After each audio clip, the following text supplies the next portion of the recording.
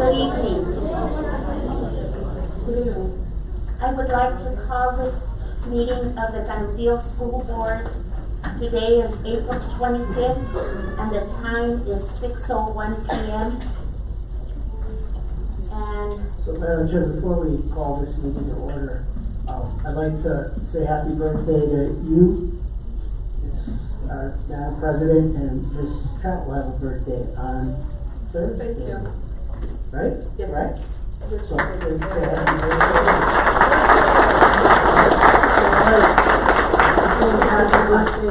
Our two trustees and honor them for their days on earth and bless their love that she's brought into this world. So, on three.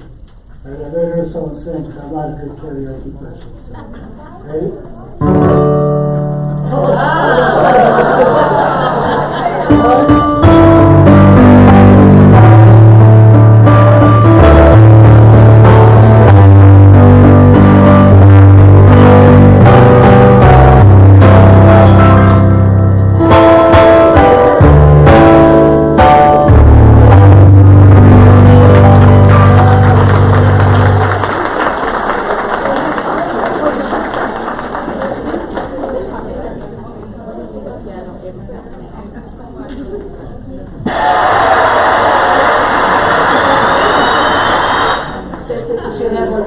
And we're going to share this cake with all of you.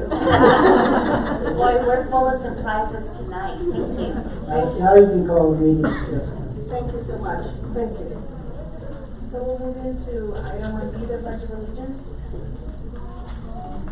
Could we have any young people in the audience that would like to come and help us say the Pledge of Allegiance? I saw two little ones over there when I get in.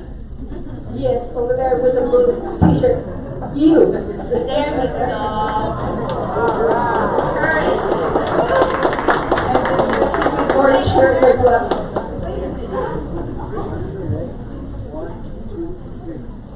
I pledge allegiance to the flag of the United States of America and to the republic for which it stands, one nation, under God, indivisible, with liberty and justice for all. On the Texas flag, I pledge allegiance to thee, Texas, one state, under God, one and indivisible. Thank you.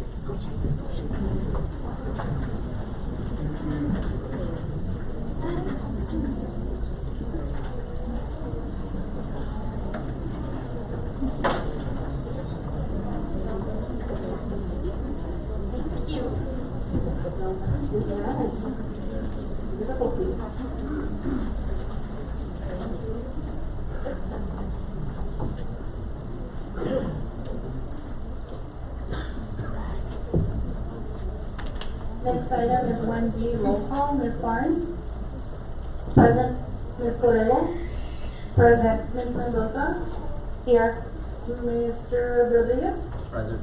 Mr. Cimental? Here. Ms. Trout? Present. And Ms. Zuniga? Here. We have our student advisors, Ms. Mondragon? Present. And Ms. Reyes? Present. Next item, 1E, CISD vision and mission statements.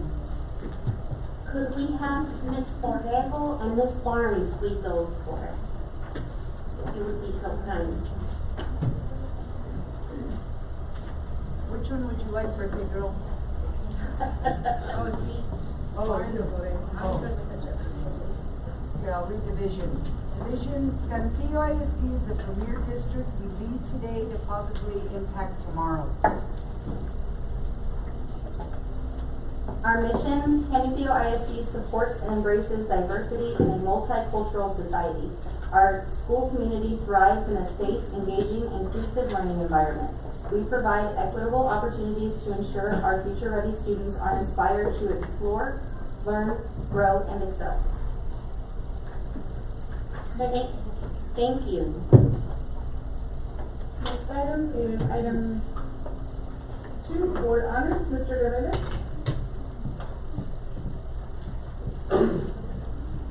Good evening, Board President Mendoza, members of the board, and Dr. Garaviz. Will you please remain seated as we begin our monthly board honors with a performance from one of our honorees. Please welcome the Cantillo High School Chamber Choir.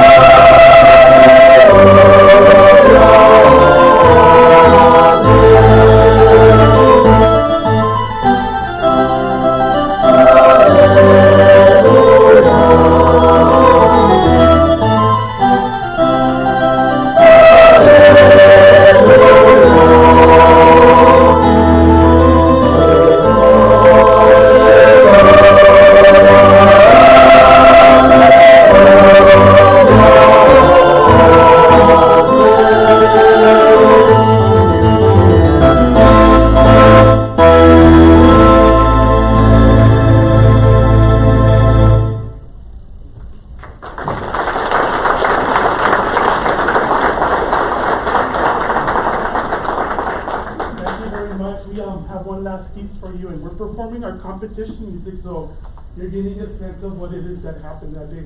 Before I go on, I gotta acknowledge two very important people. Mr. Adrian Zamora, our accompanist, so we can give him a round of applause.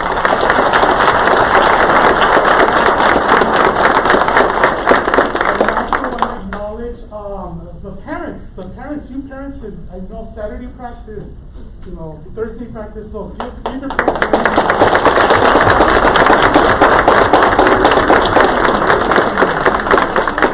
Please come live with me, it's in English, come live with me, and be my love. Hope you enjoy.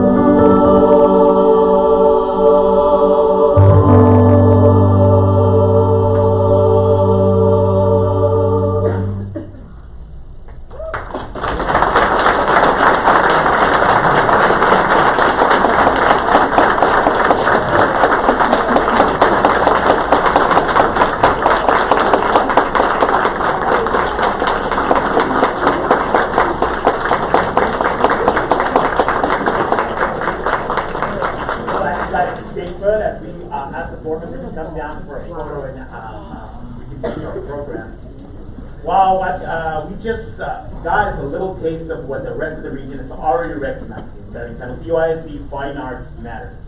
The Canutillo High School Chamber Choir participated in the University Interscholastic League Sight Reading Evaluation Competition last month, and for the first time in school history, they received the Sweepstakes Award at the varsity level.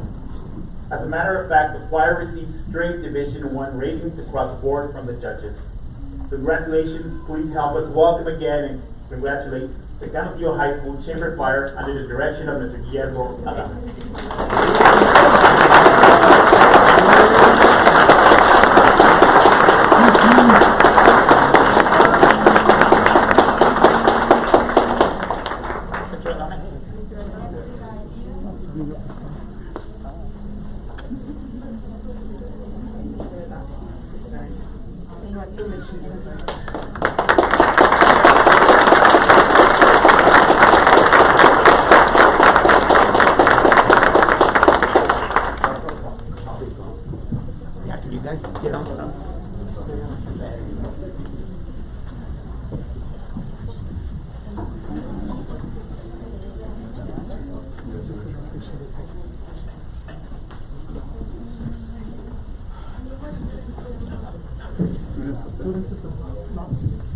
Amanda,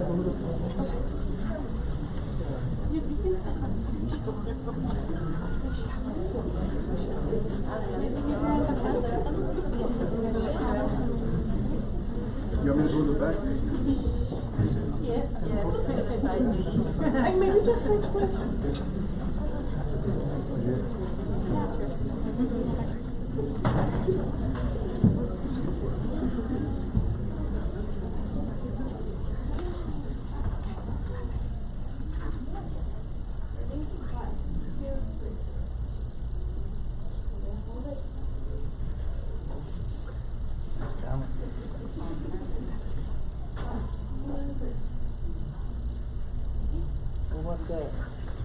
Hey, come on.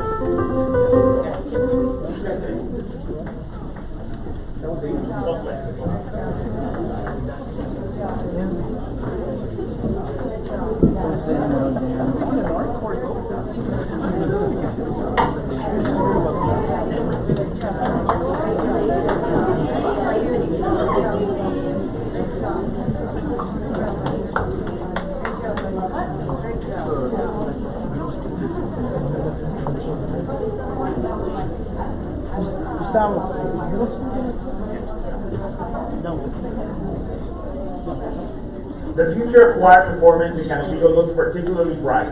Not only are our high school singers excelling, but our middle school performers are turning heads as well. The Canutillo Middle School Honor Choir recently participated in the UIL regional competition, and the group received a first division rating in the concert performance non-varsity category. Not only that, but the judges were so impressed that they also gave them a superior rating. This is fantastic news as we continue to focus on the expansion of the fine arts program at CISD. Please help us welcome the Canutillo Middle School Honor Choir under the direction of Mr. David Moreno.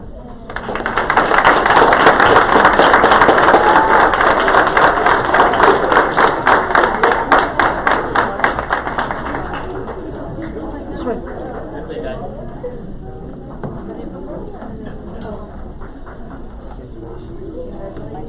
Congratulations. Congratulations.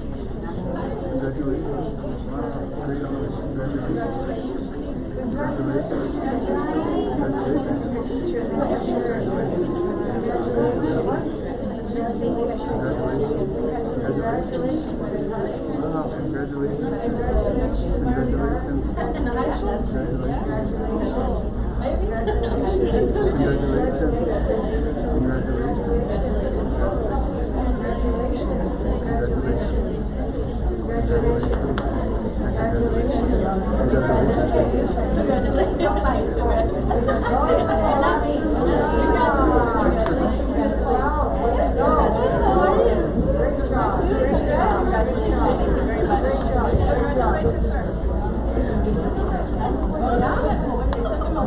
Be on the side.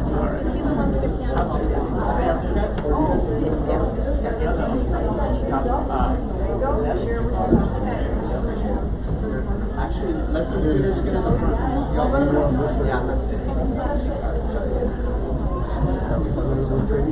It's all about the students.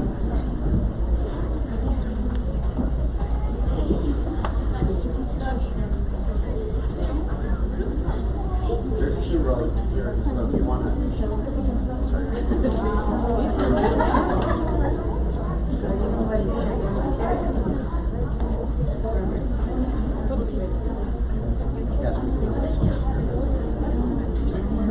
Baby shower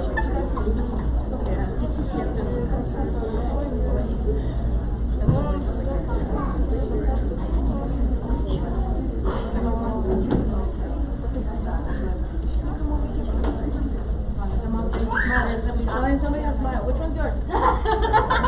Smile. Smile. Ready, everyone? 1, 2, 3.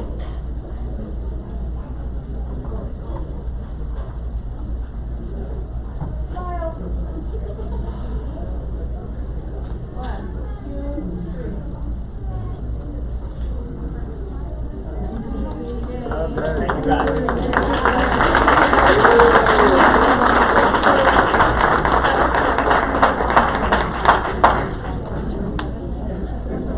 Congratulations, guys.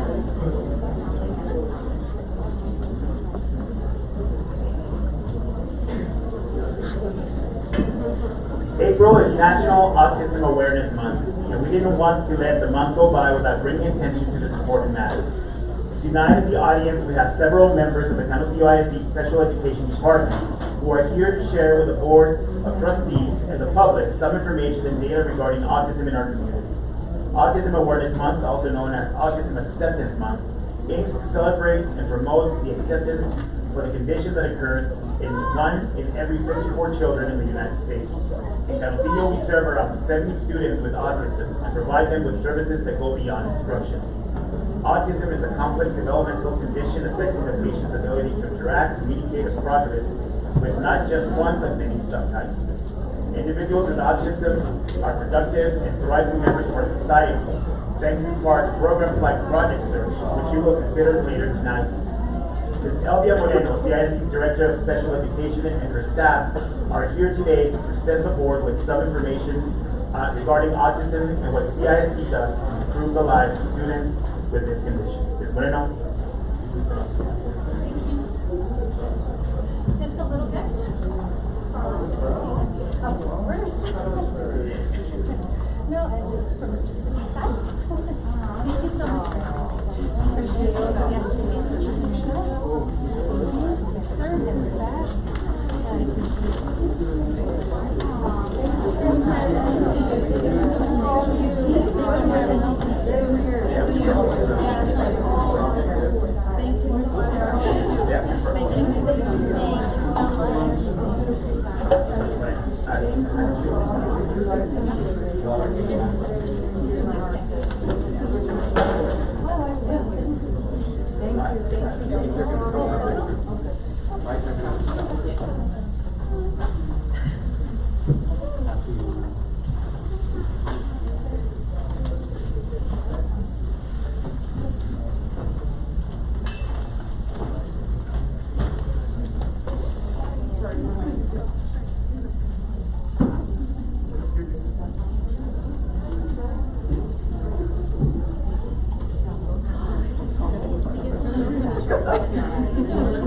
I'll spare you, but I'll spare you.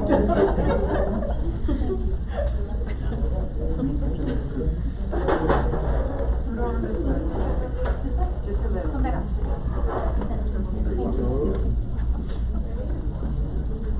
One, two. Thank you. Awesome. Thank you so much.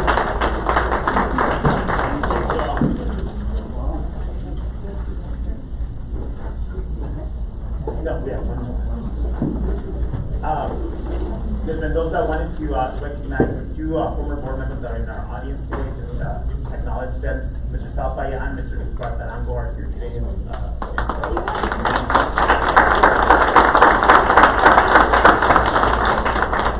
Last but certainly not least tonight, we celebrate the legacy of a man who made a huge difference in the lives of hundreds of student athletes here in Canantillo. Ben F. Brooks is a pioneer of track and field coaching in the borderland and is widely seen as godfather of the sport among high schools in the region. Considered one of the finest coaches ever in the El Paso region, Ben Brooks began his public education career at Canantillo High School in the early 1970s before moving on to larger programs throughout El Paso. He never forgot his roots, however, or the Canantillo Eagles that first gave him a taste of success at the regional and state level. Consider this. Under his leadership, Canantillo had its first state qualifiers, its first state runners-up, and yes, its first state champion. That's not to mention all the district and regional titles his runners brought back to Canantillo at the time when not many people in the area considered CHS an athletic powerhouse.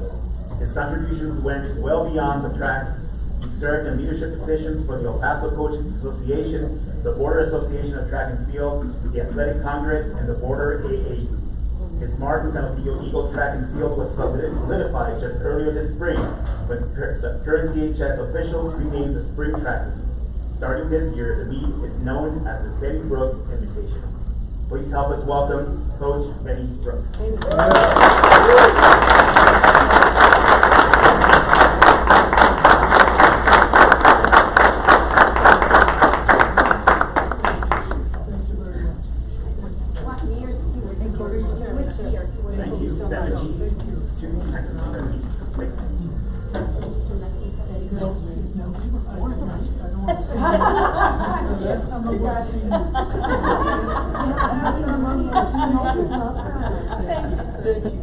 Thank you very much. Thank you so much for your service. This has made the Lord bless you. Thank you, sir. Thank you very much. Thank you. Thank you very much. Thank you very much, too. Thank you. Thank you for everything. Okay, Dad, you probably have to go back to Right in the middle. picture. We want you right in the middle.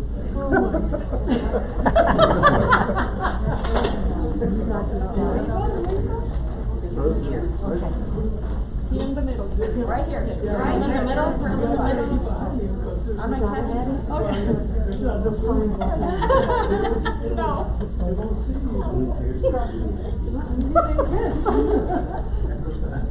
Are there any of his former players or coaches that are here that would like to come out as well? No, man. His certificate? I don't know. Come on in. Student athlete. Ex-students.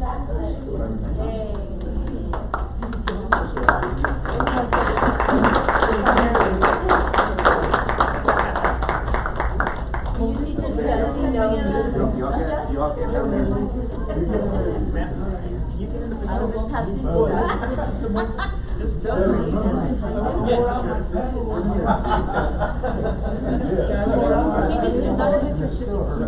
Everybody this way.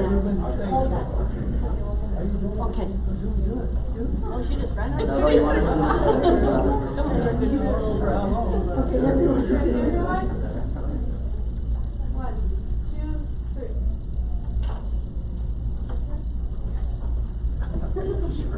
Second on one. Hope your camera works after this.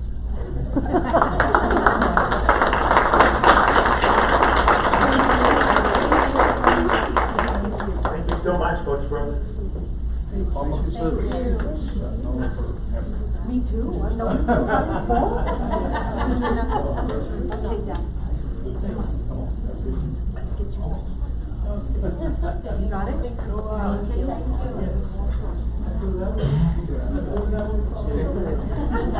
Board President Mendoza, members of the board, Dr. Galaviz, this concludes board honors.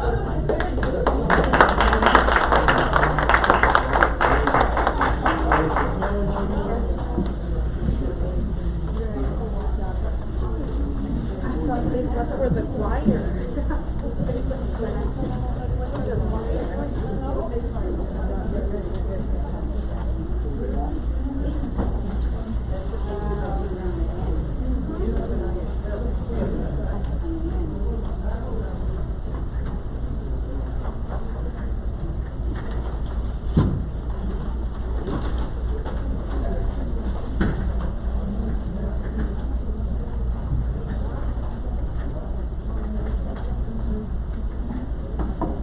was a wonderful recognition of our students and the choir, and wasn't that amazing? Can we give them another round of applause?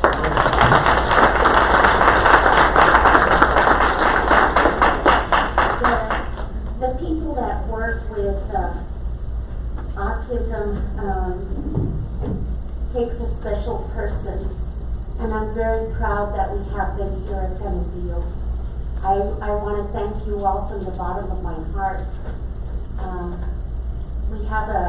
I have an autistic grandson, and so the programs that you all provide make or break the student's success, so thank you.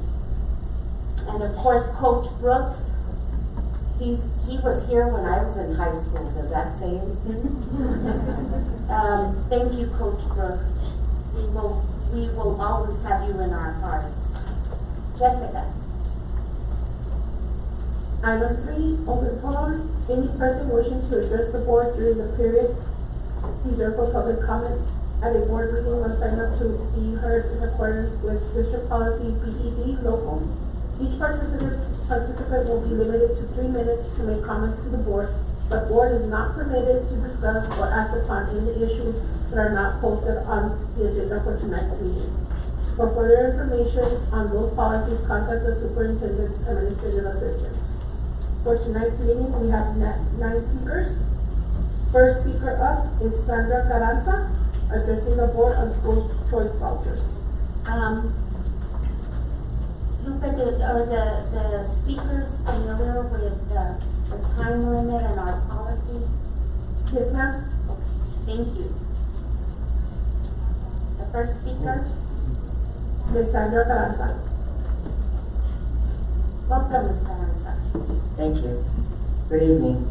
My name is Sandra Carranza, and I am the director and founder of Keystone Christian Schools here on the west side, and former principal at Faith Christian Academy for about 20 years.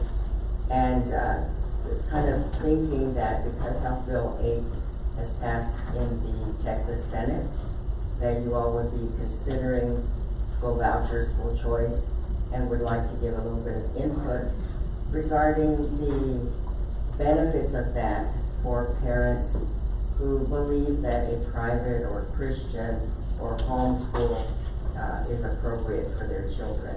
I think some of the issues that are brought up at times is that private schools or Christian schools may not have the same standards, academic or otherwise, as public schools, and that they may not even be accredited. Most of the schools in the city are accredited and recognized by a Texas organization called TEPSAC, or that means Texas Private School Accrediting Commission. So they are required to have the same standards, keep the same Texas laws regarding education, and so just want to inform the board that there are people in your district who prefer and who feel like their students are better, there are students whose needs might be better met by a smaller school with specialties. For example, our school is a Christian school, but there are schools for children that have learning disabilities. There are other private schools, just private schools. But we have the same quality of education as public schools. We do annual achievement testing, the same test that public schools used to use before we began the state testing. And in general, we do a very, very good job in our schools. So we are high quality, and we just feel like our parents' tax dollars should go to where their children are going. Up until this point, when there hasn't been school choice or vouchers, our tax dollars go to public schools, but our students don't get to go to public schools. So I would like for the board to consider that. I understood that there might be a resolution from the board or something discussed by the board today, and that is why I came to speak. Thank you so much for your time and consideration. Thank you so much, Esperanza. Next speaker. Next speaker, we have Mr. Bernardo Varela. Also addressing the board on the school choice. Hello, board. My name is Bernardo. Thank you for listening. Ms. Barnes and Ms. Trout, I want to thank you for trying to stop CISD sinking ship. In the next 2 years, because of horrible leadership, CISD could become bankrupt. I'd recommend following all the money that's going out. The superintendent is desperate and will start hiding more information from the school board. Follow up on administration recommendations. Administration is only giving you half-truths. You need to be offended by some of your administration employees and their lack of respect for higher authority and parents. If you're not allowed to view information that policy says you're entitled to see, make formal complaints, document every denial, even the continued mistakes on the agenda. To continue moving forward, the school board needs to replace the current attorney. County Teal Committee needs a fresh legal mind and someone a lot more impressive for what taxpayers are paying for right now. Communication department is a disaster. They can't even keep school board meetings streaming, but that might be by design. Keep in mind, the comms department and the other CIC administrators helped the superintendent sabotage the last bond by attacking teachers and community members. Ms. Barnes and Ms. Trout, talk about these personal attacks with the County Teal community. Don't shy away from the community. Also, the county community doesn't want Dr. Galaviz around our kids, so trying to pass a bond will be a challenge. Keep in mind, 5 school board members voted to give last place Mr. Simmenthal a board seat. I went around and talked to County Teal community members about Mr. Simmenthal. More people had positive things to say about Chupacabra. Look, Ms. Barnes and Ms. Trout, the 5 school board members and the superintendent are not going to work with the County Teal community, which shouldn't stop you from meeting with teachers, custodians, kitchen staff, and other essential personnel. Please set aside some of your time to come and talk and listen at all the CIC schools. There might be something you can do to help. Kitchen workers still need a raise in their paychecks, as do other CISD employees. The County Teal community needs to hear from you. The County Teal community shares your values. You're not alone. I want the school board to know that Ms. Clapsaddle is a community member that serves our kids with excellence. The superintendent is not a County Teal community member and will leave our community when told so. I'm telling Dr. Galaviz to leave my County Teal community. My family's been personally attacked by Dr. Galaviz, and I'm not the only County Teal family he's attacked. Be warned, County Teal community. With 5 school board members dedicated to fleecing and destroying the community, they will vote for someone worse than the current superintendent. 5 school board members and the superintendent want to stop school choice and parental rights to become law in Texas. You can go to epcad.org, epcad.org, look at the high taxes you're already paying CIC already. Thank you. Thank you, Mr. Varela. Next speaker. Up next, we have Mr. Noah, I'm sorry if I didn't say this right, Loran, also speaking on the choice vouchers.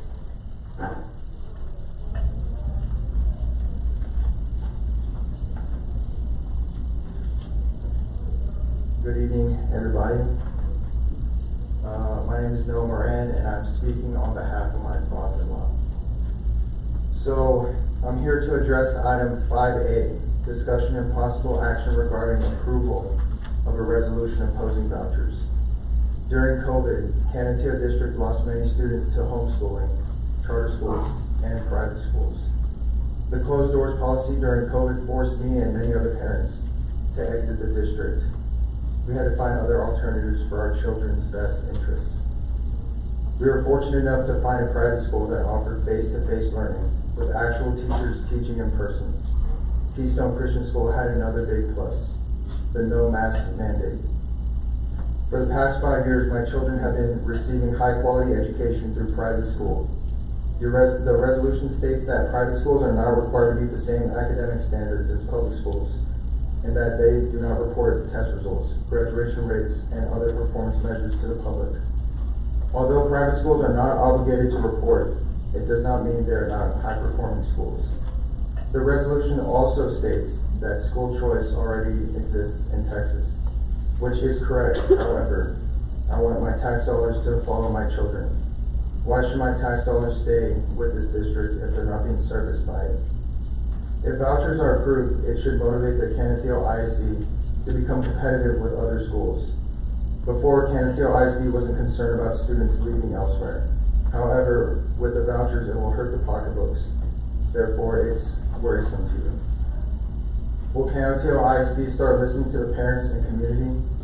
Is the district going to stop indoctrinating students with their LGBTQ+ agenda behind parents' backs. I too will be reaching out to my elected officials to urge them to pass school vouchers. Thank you for your time. Thank you. Next speaker. Next, we have Ms. Brenda Matamoros addressing the board on Project Search.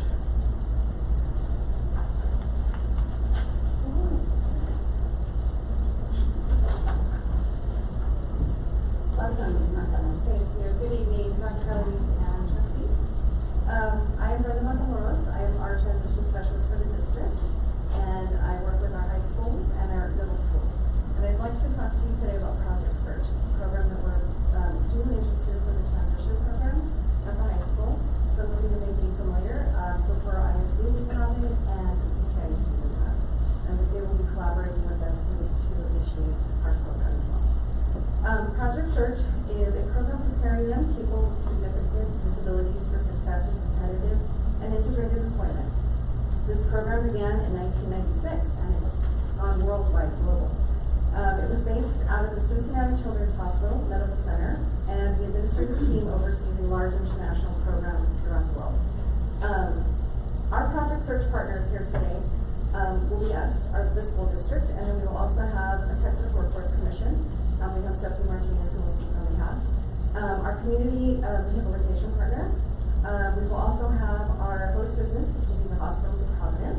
And then we will also have the El Paso Community Foundation, who provided the funding for our project.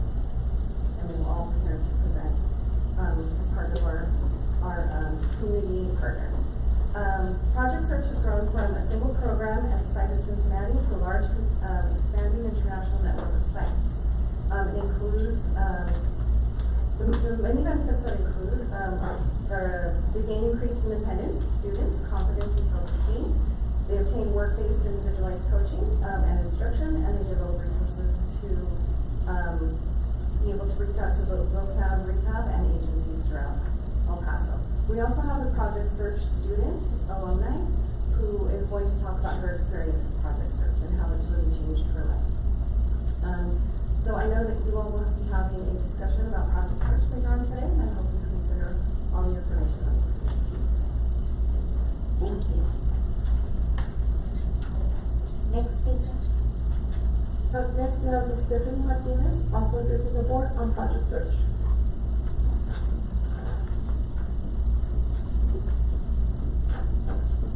Welcome, Ms. Martinez. Hi, thank you. As they mentioned, my name is Stephanie Martinez, and I'm a transition vocational rehabilitation counselor with Texas Workforce Commission.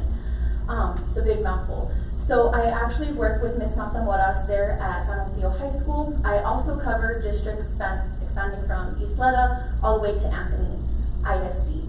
And I work with the Hospitals of Providence with the EPISD Project Search, and I have been working with them for 5 years. I think this would be an amazing program to bring to the Canantillo, not just the district, but the community itself. Our goal with Texas Workforce is to work with those students, and especially my caseload, is students with disabilities, ages 14 to 22, and trying to get them ready what's going to happen after they graduate. And so with Project Search, we are really doing that actual transition portion, because at that point, we are moving them into a different environment, an actual work environment, where they will practice those independent living skills. And the best part of it is once they're done with the program, once they officially graduate, we will take on with working with those students to find them competitive integrated employment. And that is a key thing that we are missing with a lot of transition-age students with disabilities, not just here, but throughout El Paso. So I have been with the one with EPIC. I see a change in the students exponentially. Those that are nonverbal are now communicating with me more, will initiate conversation. And it is more of just them building those skills in the classroom, but now let's put those skills into practice in an actual community setting and working with others with and without disabilities. So the best part of it is they stay connected with us, and our main thing is that they get to be involved members within our community, and we get to help build those skills of independent living, figuring out transportation, what is it that they're good at, building those skills that they need. And there's going to be some other community partners talking, so I really hope you consider this, when we discuss this later on in the agenda, but thank you so much for your time. Thank you, Ms. Martinez. Next speaker. Up next, we have Ms. Carla Portas, also addressing the board on project search.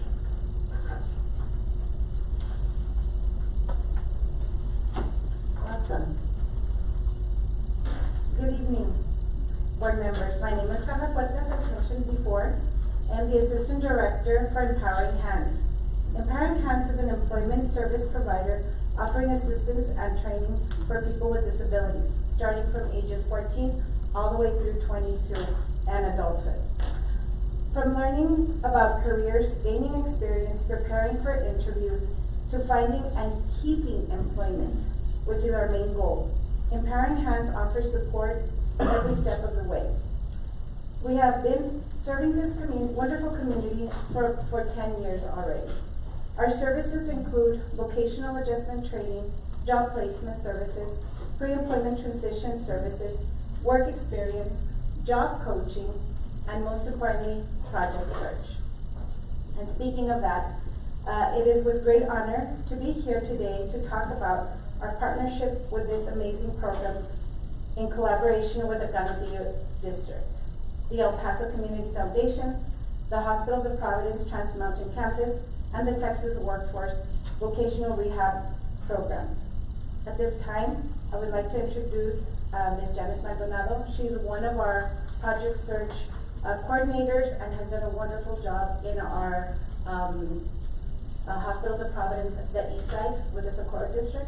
And I hope you all give us the opportunity. I know you will not regret it. We've been very blessed. Thank you. Thank you. Next speaker. Up next, we have Ms. Janice Maldonado, also addressing the board on project search. Welcome, Ms. Maldonado.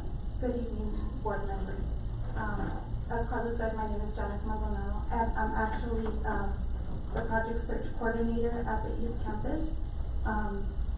And Empowering Hands with the East Campus and one of our local districts of El Paso, we've had the honor to be part of project search for already 3 full years.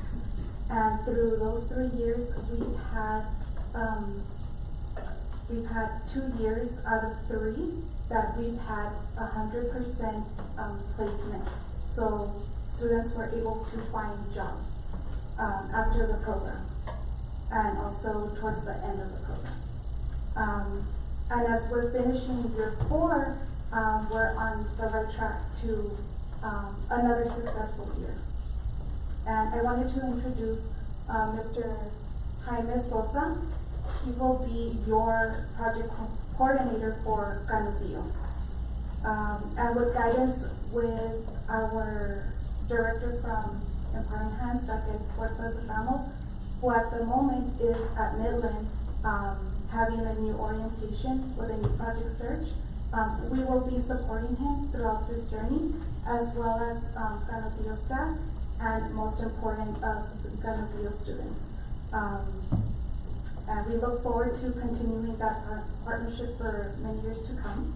And every student, we want to see every student be successful and grow. So thank you for your time. Thank you, Ms. Maldonado. Next speaker. Up next, we have Ms. Sarah Jimenez, also addressing the board on project search.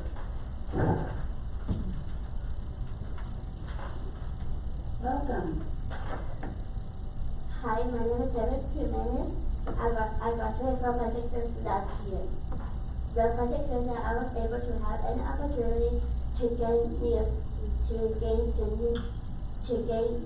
skills that help me to get a job after the program.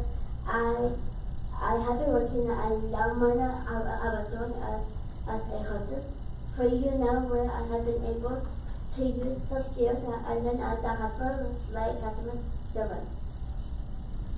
Thank you. Thank you.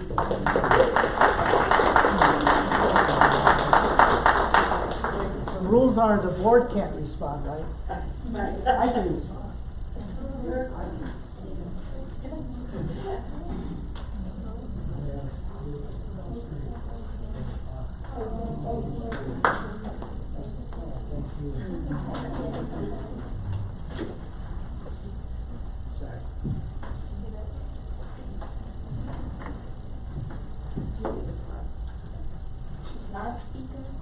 last speaker is Mr. Adam Vides for also addressing the board on project search.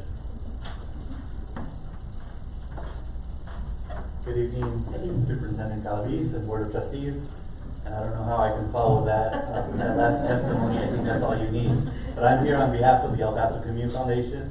Our involvement with Project Search started years ago when the El Paso Community Foundation learned of the Project Search down the road at Gadsden Independent School District. And they were actually one of the exemplars for the whole nation. Ms. Joy Burris out of Cincinnati, Ohio, learned of the program and said you need to visit them. Once the El Paso Community Foundation saw their program, they said we need this all across El Paso because El Paso students need this type of program. They need programs that are going to set them up beyond graduation, and it's there in your mission statement, which was read earlier. It's preparing for the future, and that's exactly what this program does. You all are in a unique situation because Project Search has already been implemented in a couple other districts in the area, and with proven community members. They come in with the expertise to make this successful. One thing that wasn't mentioned was the CISD program. Last year received national honors because of their completion rates. They were at, I think last year when they received it, 90, it was 100? 100. It was 100 flat. That was the best in the nation. So you're working with a unique team that brings an awesome skill set to Cantillo to make it another outstanding program. The El Paso Community Foundation is thrilled to be a part of this and excited that we can offer our assistance in the licensing fees and any other help that the district may need in making this successful. Thank you for your time. Thank you very much.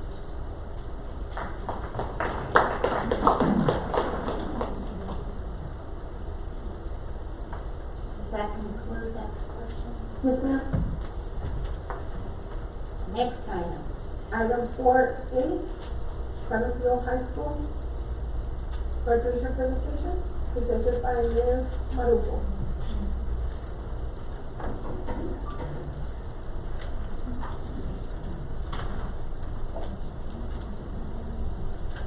Welcome, Ms. Marujo.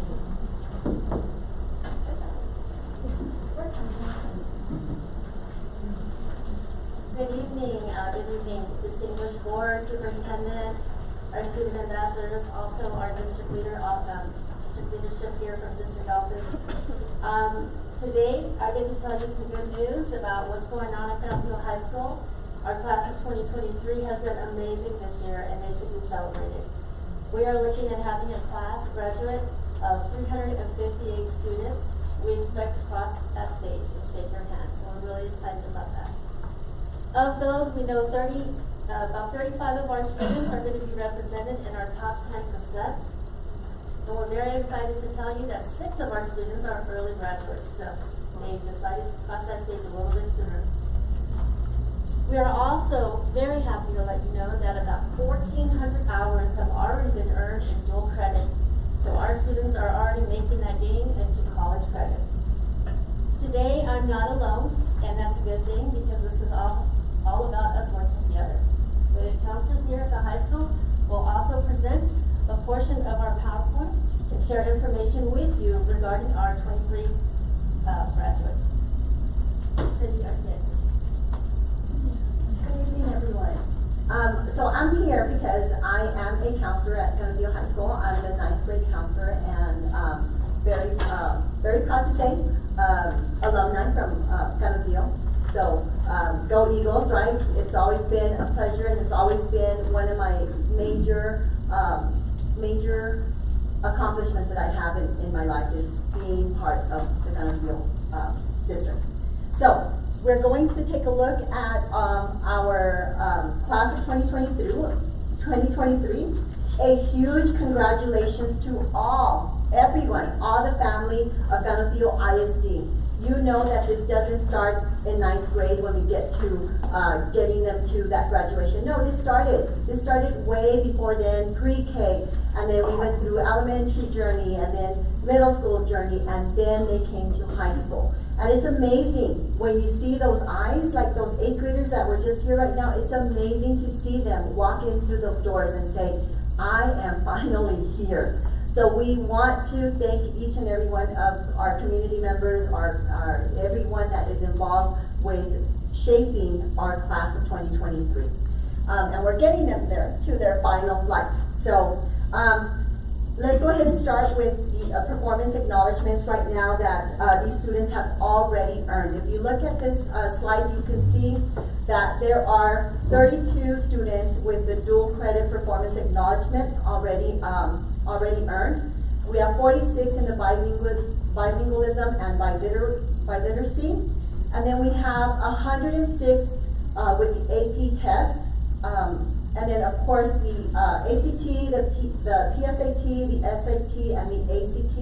Those are all, those are 450 students that have completed their certification or their license and we've got more students pending their completion of their test and data upload. But if we look at it, we mentioned that we have 358 seniors, but if you look at their performance acknowledgements, that's almost getting there to that double. So that's 589 performance acknowledgements. So we definitely, like Ms. Marujo said, we have to congratulate this class of 2023.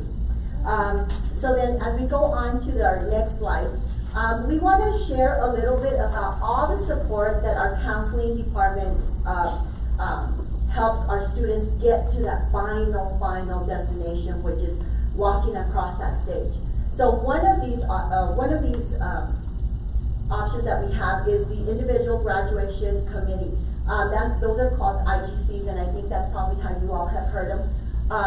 Those are for the students that lack being successful in the end of course STAR assessments, and we don't want that to be a deterrent of their high school graduation earning their diploma. So this is part of us that we offer this supportive option for students to graduate. As you can see there, those are the STAR assessments that are noted there and how many students are in that needing that option. So what these students did is that they had a committee composed of teachers and other committee members that supported them putting a project together. And as they put this project together, they have earned their requirement to graduate with the class of 2023.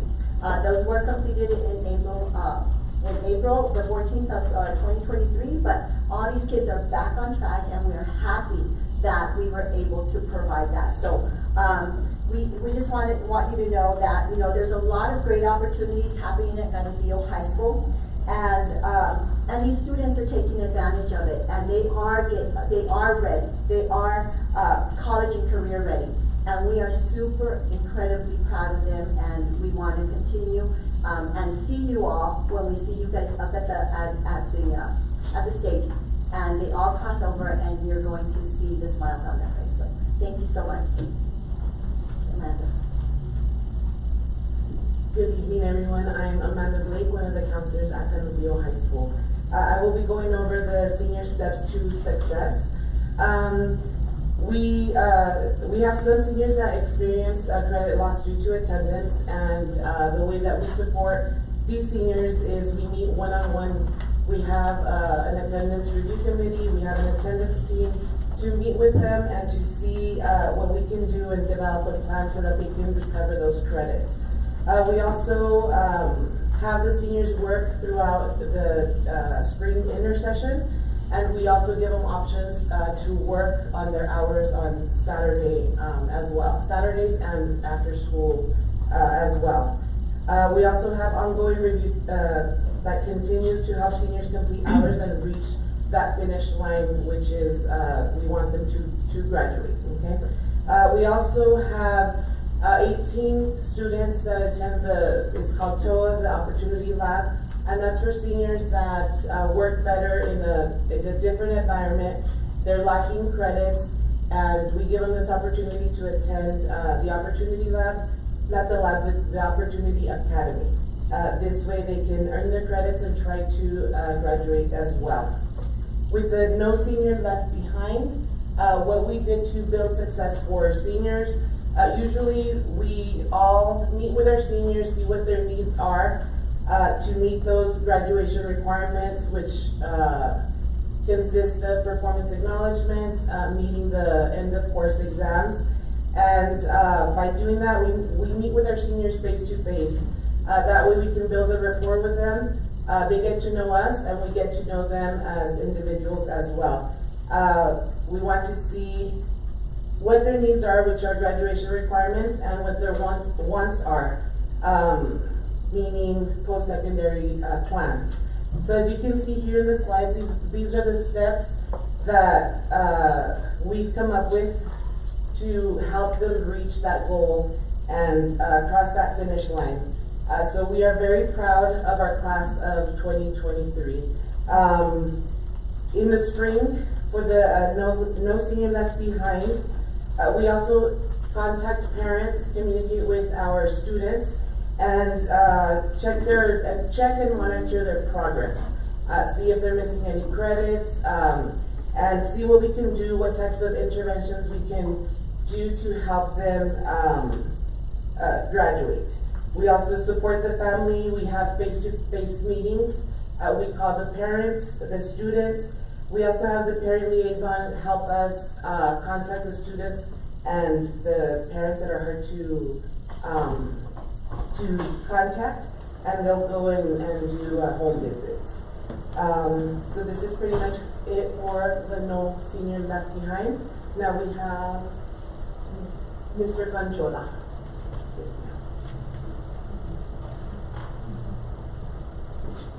Good evening, I'm Mr. Canchola, Mr. C. This is my first time doing this, so if I mess up, I'm going to apologize in advance. I'm probably going to break some kind of rule of protocol.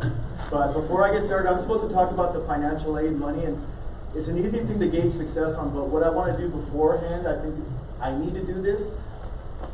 My seniors are here, and I want to call them out first of all and tell them, first of all, that I am so proud of Leslie, so proud of you. Luis, so proud of you. Ale, I am so proud of you. Logan. Please stand when he calls your name. Oh, see, I knew it. I was going to break something like, you guys stand up, Esteban. So, I am proud of them, but more importantly, I want to tell you guys that you trusted me, and it is my privilege, it was my honor to work with you guys and to continue working with you guys. So, before I get started, my colleagues told me to stay on script, but I'm already off script. So, I do want to say that it's easy to gauge success in terms of money, but what's hidden in these monies is this ongoing process that I get, like Leslie. I know she's going to the University of Arizona. I know that Logan is going to William and Penn. I know that Luis is going to Johnson & Wales. I know that Katie is probably, are you still between Texas Tech and, yes, and UTEP? Esteban, UTEP, right? And Ale, UTEP. We get to take this journey together, and success isn't just about money. It's not just about how much financial aid is. It's that they feel comfortable coming to me and saying, hey, should I do this? It's when I have a student that we apply to St. Mary's and he gets the Provost Scholarship, and he comes up to me in the hall and he gets, he says, I have a scholarship for $92,000 that he didn't, or she didn't think that they would ever get. It's for students coming up to me saying, maybe I don't have to go to UTEP. Maybe I can expand my horizons and maybe I can go to St. Mary's. Maybe I can think about University of Texas at Dallas. So, in the final analysis, that's my success story, even though I am proud of this. So, that being said, scholarships. This is where we're at. These are merit-based and need-based scholarships. So, in total, we have $54,325,433 school year to date.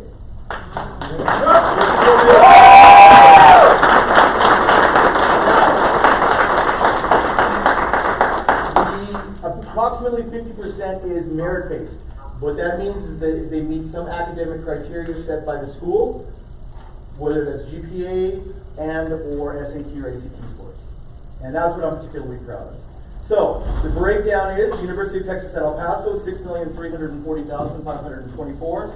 St. Mary's University, $6,230,000. NMSU, $20,931,000. University of Incarnate Word, $8,195,000. Our Lady of the Lake is the big one, $11,346,000. And FAFSA grants. FAFSA grants, we are at actually it's a little bit higher than that. We're at $1,330,000. FAFSA grants are important because, and that's another thing. I have students that come up to me, they are Pell Grant eligible, and they qualify for the Paydirt Scholarship at UTEP, where it's all paid for, because the family is Pell Grant eligible. And they actually, and this happens, they say, hey, you need all the schools paid for. And that's my reward for being able to work with these, for the privilege to work with these. Thank you. Yep.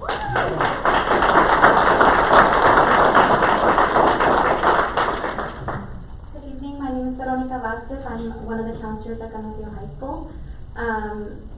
At Canadillo High School, we offer ACT and SAT testing campus-wide. We also offer dates on Saturdays. As you can see on the PowerPoint, we have the dates listed. Those are the dates that are available for students to sign up for and test until the end of the year. We also have TSI testing. We offer TSI testing, and those we offer dates throughout the year. And we also offer AP test, or we will have AP testing starting next week.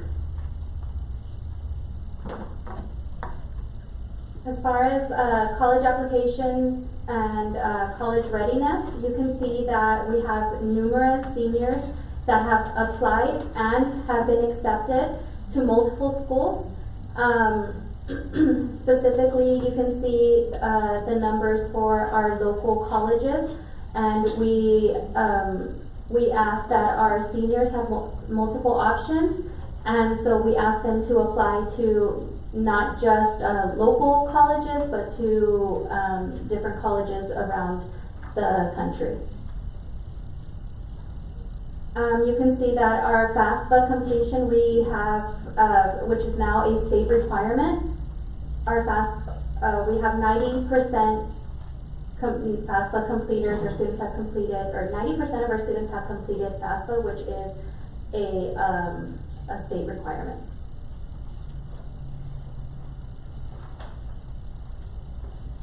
Good evening. Megan Flores, counselor at Canadillo High School. One of the unique opportunities that Canadillo High School has had this year, and actually the past 3 years, is working with New Tech Network. New Tech Network is a Bill and Melinda Gates Foundation grant that we received at Canadillo. Our success for FAFSA completion comes from the ideas that are springboard through New Tech Network. Through New Tech Network, we were given a $6,000 grant for the past 3 years. That comes to an end this year. With the money we use, we honor our scholarship recipients. We use it for Decision Day, which will be May 2nd next week, where we'll have our class of 2023 kind of come out and say what they're going to do after Canadillo High School. We have a high achieving FAFSA rate, 91%. We led the region, the Southwest region for New Tech Network for much of the school year. 91% is big numbers. We had several conferences where schools picked our brains and asked us, how are you getting such a successful rate at FAFSA completion? And so it's a huge honor to work with New Tech Network. You can also see that our 3+ college applications are among the highest within this network at about 91% as well. One of the greatest things that we get to do is work with our students. There's over 1,600 students at Canadillo High School, and there are 4 counselors. My colleagues and I work very hard to ensure that our students have access to us, and we provide information that can benefit them after high school and during their time at Canadillo High School. We use apps, we use anything that we can to reach out to our students. through Google Classroom. We use Remind apps. Our parent liaison is very influential in helping us reach out to our community, our parents, and teachers across the district that help them get to Benefit High School. We offer 2 college days throughout the school year. TACRO Fair is offered in October, where over 40 plus schools come and meet with our students, provide them updates or give them any information they may need to make a final decision. On Thursday, we have Operation College Bound, where UTEP and EBCC works alongside us to get our kids enrolled into at least one course at UTEP, and they'll get their full schedule at EPCC. And this really solidifies their next steps after they leave and kind of give us the idea that they're going to go and continue on, and gives us the peace of mind that we've done our job, and hopefully they will continue the next steps. I appreciate your time.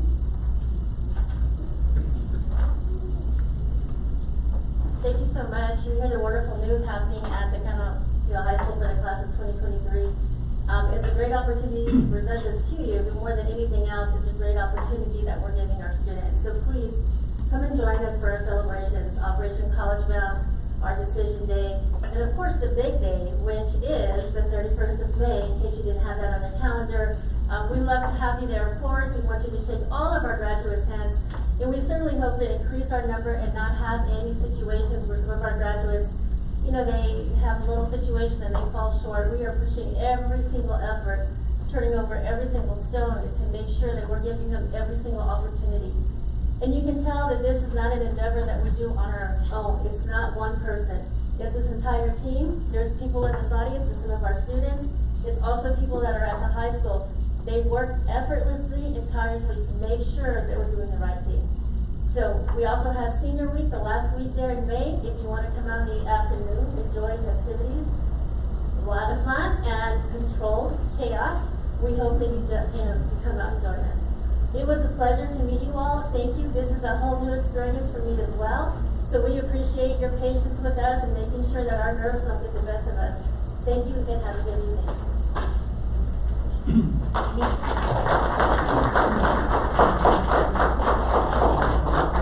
questions from the board? Yeah, absolutely. Mr. Cimenta. Hi, just more commentary. First of all, what year did you graduate? 86, where is she? 87. 97. Oh, we were in school together. But anyway, I want to commend you all, not just the high school, but the whole district. I mean, it's been tough. I understand because of, this is the first class that's going to graduate that started with COVID, right? That's the beginning of COVID. So I want to commend you guys, the great work you all have been doing. And not just you, but also the early college as well. But it was a great, you did great in other words. You came up and told us exactly what's going on. And I just want to commend you, and I think you all deserve a hand from the whole community. Thank you. Anyone else? Ms. Trout. I do have a question. Yes, ma'am. From the individual graduation committee, IGC, did all of them finish it, or they will finish them a project to finish, and they will be graduated, right? All of them, no student left behind? Absolutely, you're correct. When a student is not there, we do everything we can to find them. Short of knocking on their door with our cars waiting outside, we're going to get them. All of our students have pretty much finished. We've had some that are absent. Some of our kiddos are participating in the EOC. They want to do a test, but we will have everyone finished and ready to go. And also as well for the Opportunity Academy as well, we have 18 seniors. Yes. So, they take care of IGCs over there, and anything that those students need, we ensure that they're taken care of. We have planning committees that review where that senior is at on credits, on any kind of testing, and it is not left undone. Any student that needs our support, it'll be happening. And they will graduate. Yes, absolutely. And some other ones as well, the counselors. Yes. Counselors, thank you very much for what you do. And I just want to ask you, what is the stress of our students right now in graduation? I wanted to know if you guys have what you need in order to provide your students in emotional support. I wanted to know if you guys need something else, where our students, are they good the way they are? Is so many calls for that, outcries? Great question. This year, we have seen an influx of students that need support. Much of the year we were shorthanded, and it provided some issues. We do have great work relationship with our student support who comes out and with social workers. We are 1,600 to 4 counselors. You do the math. The national, the ASCO, the American School Counseling Association recommends 250 to 1. So we're over that. We would love additional support at the high school, and our students deserve it and need it. But luckily, I have my colleagues and I are dedicated to our students, and to ensure that if they need help, they get it. But to answer your question, this year we've had a challenging year with emotional support need, and we do our best to give them exactly what they need. So maybe something that we could see Dr. Benavides for the next year, supporting our students, emotional support to both Northwest Early College as well as Canfield High School. Thank you very much for all the work that you do. Thank you. And one more question. How many, to my principal, thank you so much. How many students do we have today join in graduation in the armed forces? In the armed forces, we I don't have, see that here. yes. You know, and I think that you bring up a very good point. We are trying to raise awareness into our military families. That has been my push since I walked in the door. We have a number of military families that are moving into this area. So number one, I have our military members come on Wednesday, they raise a flag, they have the showing, they're there during the day for different activities. We are doing everything that we can to bring that group attention so that we can offer scholarships, so we can assign Air Force, we can assign Navy, and we can do that. So. And you talk to the students, you know, for all the benefits that they could have. Well, I'm a military wife, military mom, what can I say? Right? So I just wanted to know there's some wonderful opportunities for the kids. I mean, they could have free college as well. They could make their own careers. But I just want to be sure you guys are sharing this with them.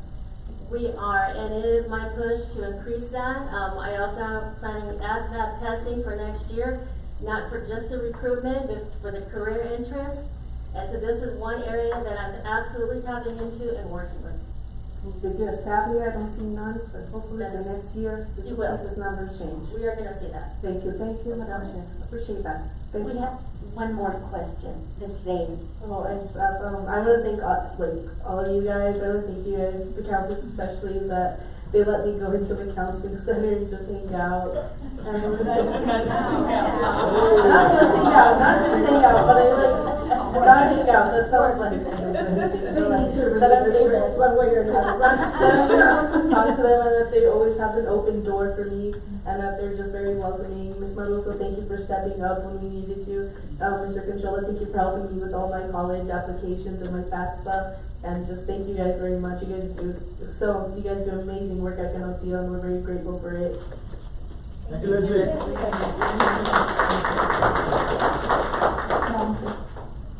Ms. Barnes. I want to commend you as well. All the numbers up there were wonderful, and we can really see the success going on. So I do definitely thank all of you for that. I know our counselors especially are always underappreciated, so I'm glad that Ms. Trout brought that up, because that was something that I was going to ask about, because the 400 to 1 ratio, I can't imagine. So kudos to you guys. Now I do have a couple questions. The Opportunity Academy that was mentioned, I know that you said that there are different opportunities for the students who aren't completing those credits otherwise. What types of things are included in that academy? What does that entail, basically? So the academy will have a student success team meeting. So everybody's going to come together and review where that student is at. So we're looking at cohort, we're looking at credits, we're looking at testing, we're looking at the big picture. Our goal is, of course, to graduate every student on the 26th. We want them to have an endorsement. We want them to walk out the door with what they need. In some cases for these students, that's very difficult. Remember that this academy serves students who may have already been off cohort. So they're already out there. They could have been a different cohort. They need to graduate, and we want to do everything that we can to help them. So really, in this review, they're not left alone. They are reviewed, and they get what they need. So some of our students may graduate with a 22. What that means is that right combination of courses that they need to have. And remember that if they are off cohort, it is a decision that you weigh very carefully. It is not something that is just given away. You weigh this very carefully based on the need of the student. Some of these students that are heading into that community college, this is a perfect opportunity for them.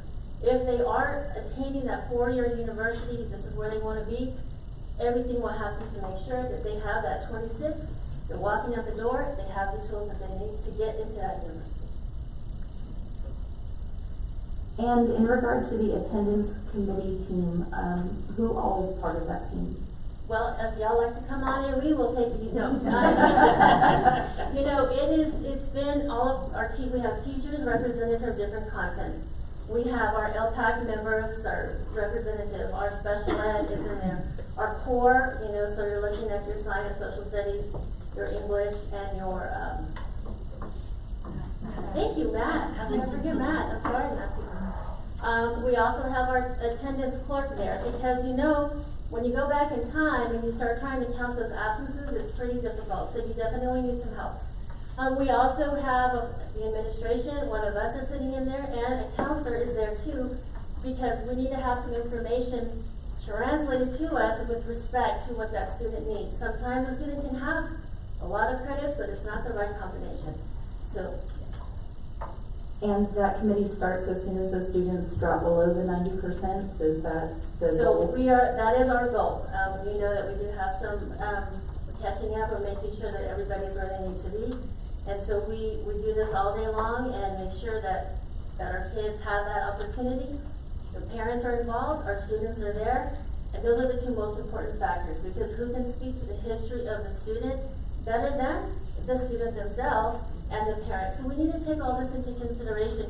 Remember, we do have life that takes place outside of school. Some of our students are fighting struggles out there, and we need to be considerate of that. So this committee is a large committee of people, and that offers up the opportunity to make sure we're doing, the right thing. Sorry, one last question. Okay. I want to know information about our students who may be going into trade schools instead of just 4-year academies or community college.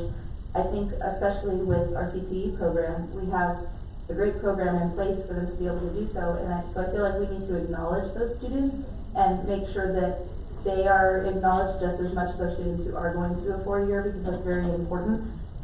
So if maybe in a Thursday packet we could get information about those students and make sure that they're acknowledged as well, I would greatly appreciate that. I think that's a great question, because some of our students, of course, as you know, in CTE, they're receiving that certification. So when you need someone to fix your air conditioning in 100-degree weather, that's who's going to come at your door and help you, and they're going to be your best friend.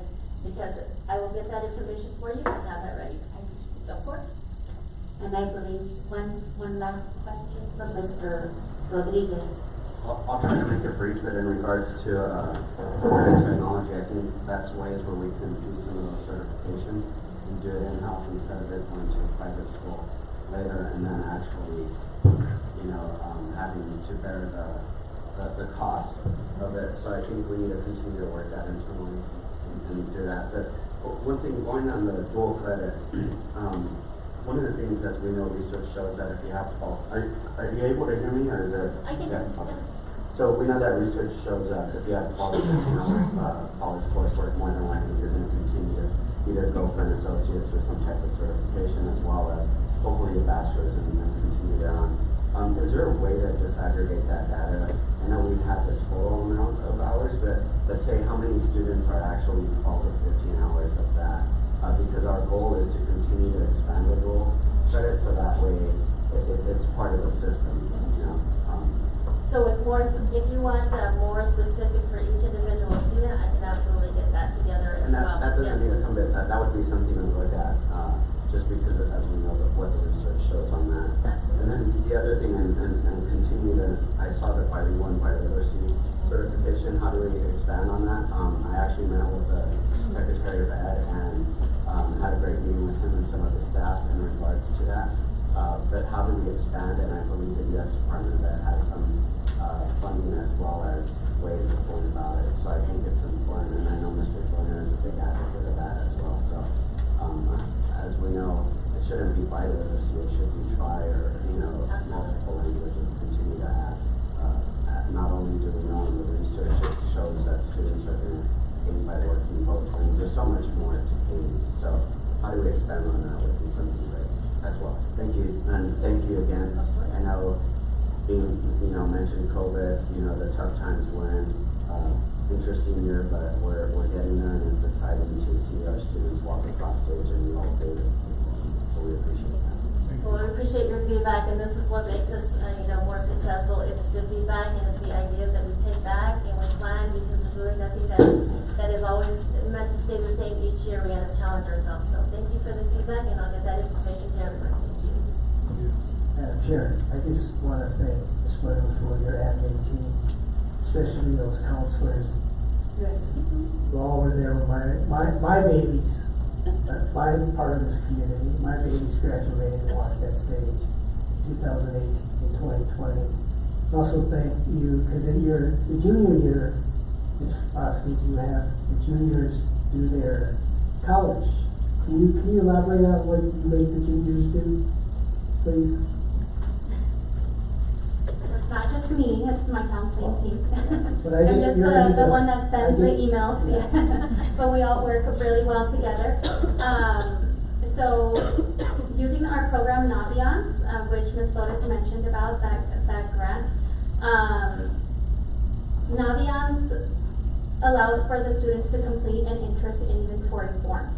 And so we push that through our juniors and through their English 3 course.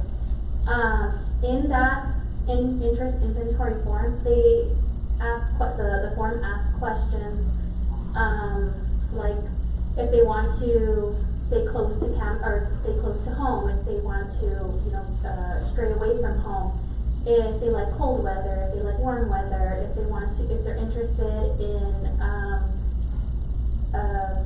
participating in organizations in college. And so it sends them back colleges that they match with. And so through our junior course, these teachers have them research 3 schools. One, their match school, another school would be a dream school, and then another school would be a safe school. And so they provide information, they complete research. It's aligned with the TEKS from the English 3 course.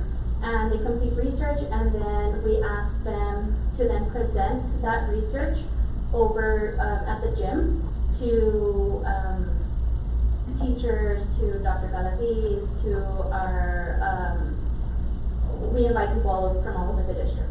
And so the members go and they basically interview our students, and we like to keep it very casual. We, as you can tell, we get nervous speaking in front of people, and so we don't want to put that nerves on our students, and so we just want them to practice college lingo and just kind of talk very casually about their post-secondary goals.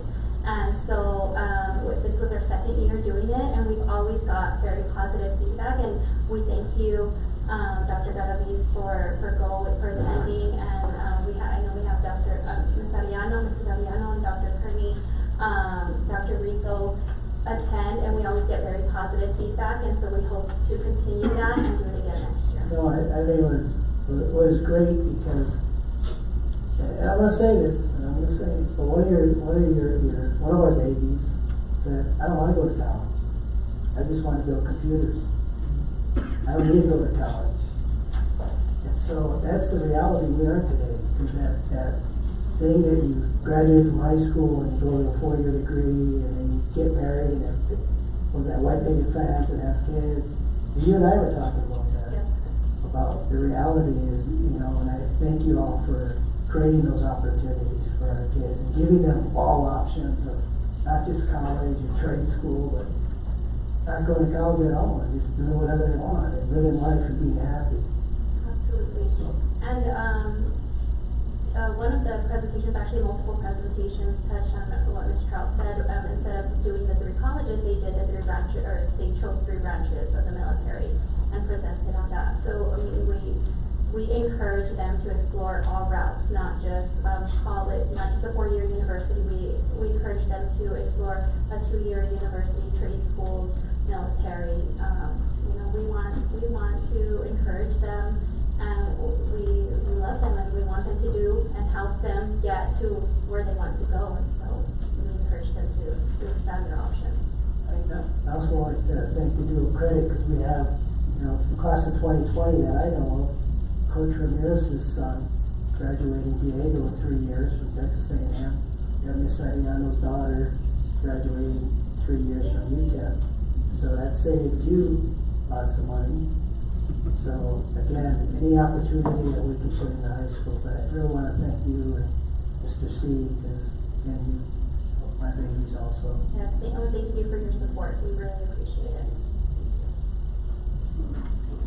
Anyone else? Next item. Item 482, Northwest Early College.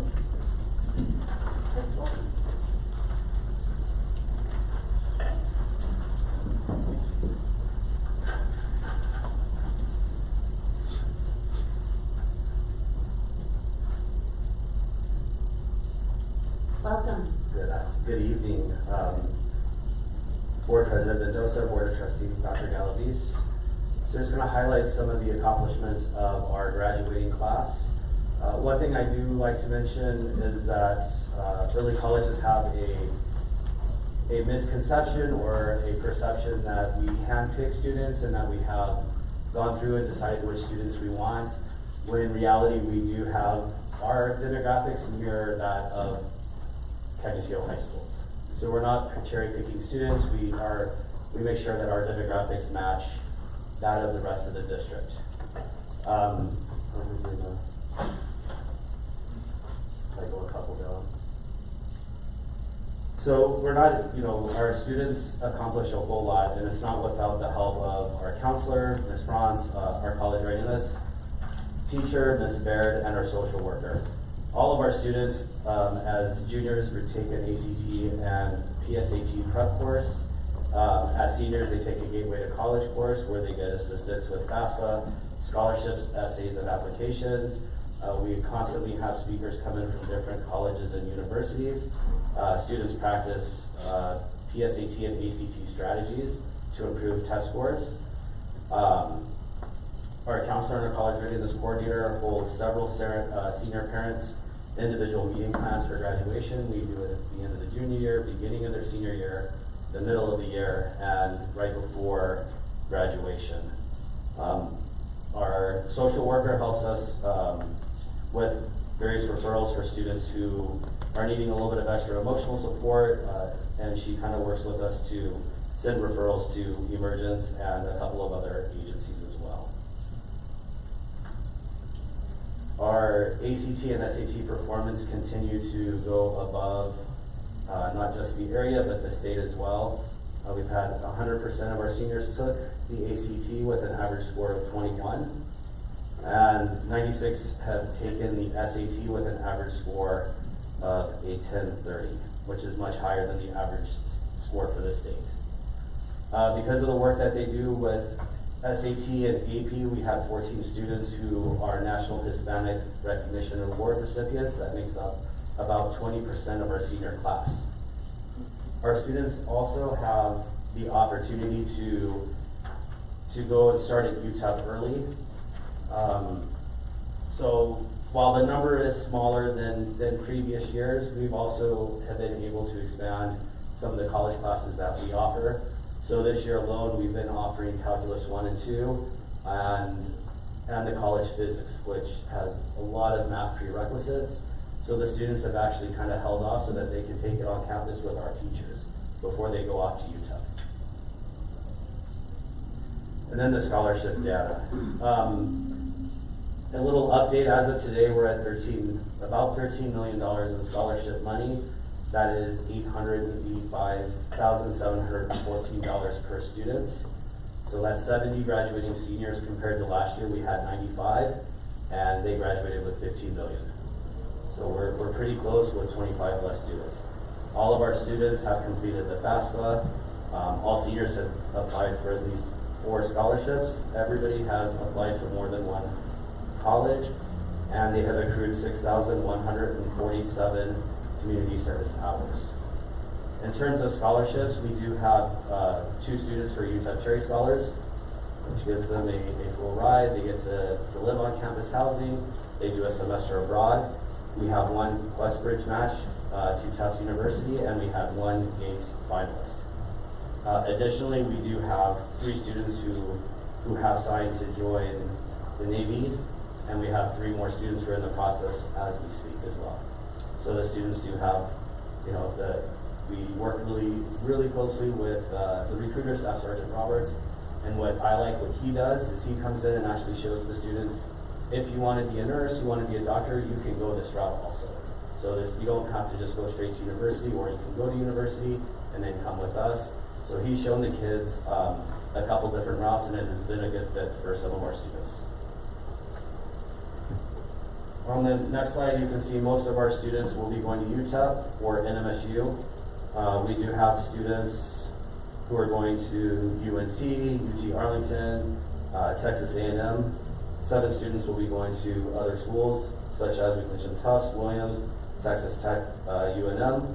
The U.S. military has gone up to 3 already signed, and possibly 3 more.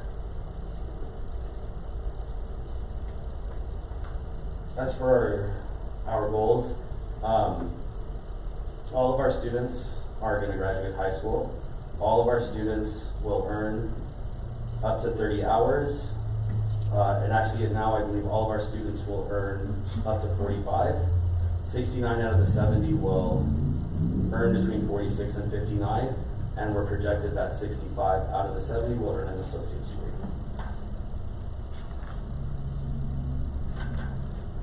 For some of our senior activities and graduation, the students will do their senior sunset on May 5th. We'll have our senior banquet May 11th. And then graduation, our commencement ceremony will be, our EPCC graduation is May 12th at the Don Haskins. On May 15th, our students will go to all of the elementary and middle schools for their senior parade. And then graduation will take place on Thursday, May 18th at the Plaza Theater at 7 o'clock. So as board members, you will get a ticket for parking at the Civic Center, and then we'll direct you upstairs to the staging area. I think Mr. Rovellis will help us out there, but that's where the parking will be. So we ask that you all are there by 6 o'clock so that we can be ready at 7 o'clock as well. And that's it. I'm happy to answer any questions.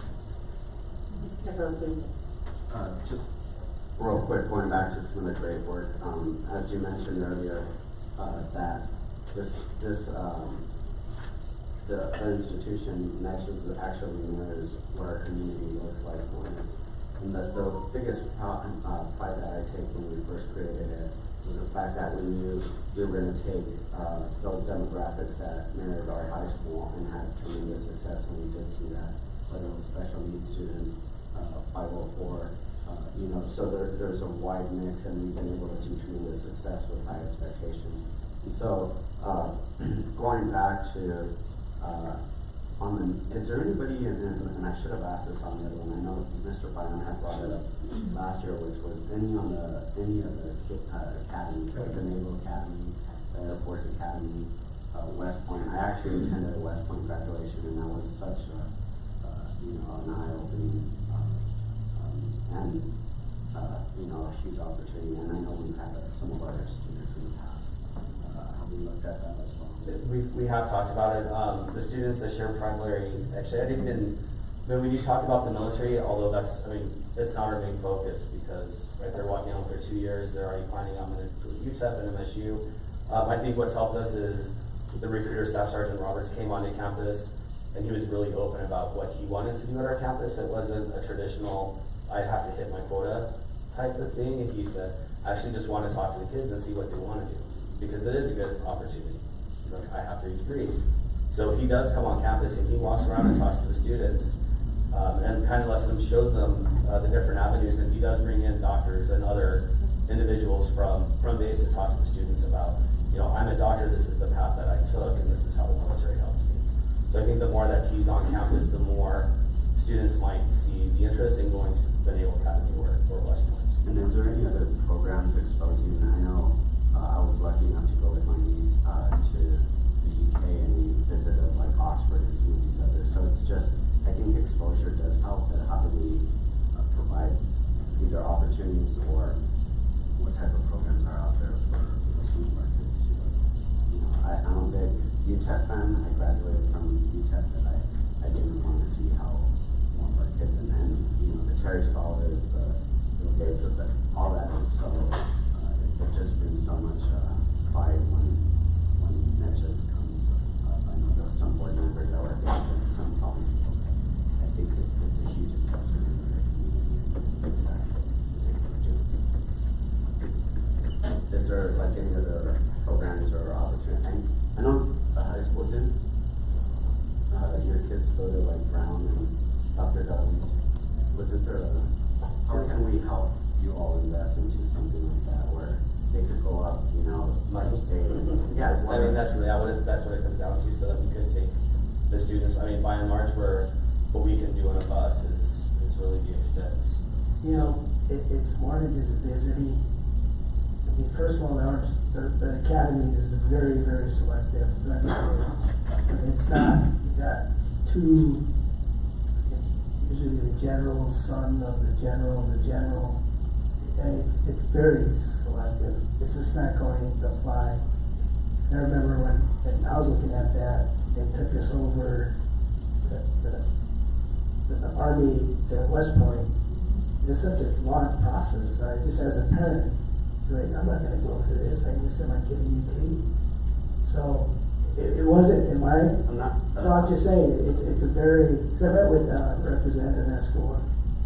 Not just West Point. I'm talking about like taking them upstate, touring around and some of those. I know the problem is when you take our kids, it's setting that at an early age, because when they're already juniors and seniors, they haven't taken their SATs, or they have, and they just.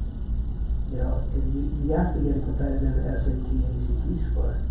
So just taking them to Brown or Harvard and they get the t-shirt, it's easy to wear a t-shirt, but it's harder to get in. So that's the thing that we're pushing at an earlier age, because that really starts at 8th grade. Middle school is like, okay, where do you want to go? Because you do have to take your SAT, you do have to do resume, you do have to community service. It's a process. It's not, just doesn't start their junior or senior year. You don't go to Harvard and get in. They are, like he was at, 2018, 2019, he went to graduate from Harvard. Cisneros. Yeah, Cisneros. Daniel Cisneros. Yeah, just graduated from Harvard. Yeah, but he had a scholarship. I think, how do we expose in some of those areas? And then the other is just, we continue, not only as Northwest or the College High School shine, but the rest of the district, as we continue to get attacked by the community member that's made to board member. Dr. Douglas, we appreciate you being part of this community and your kids being part of it. We welcome you, and you've done great work, and we continue to appreciate the work that you all do as administrators. So, thank you. Anyone else? Ms. Trout? I do have a question. Yes, ma'am. Thank you, sir. Talking about the college prep course, you talk about here the students, they do have lessons on mental health and social emotional well-being. Can you please help me to understand what this class is about?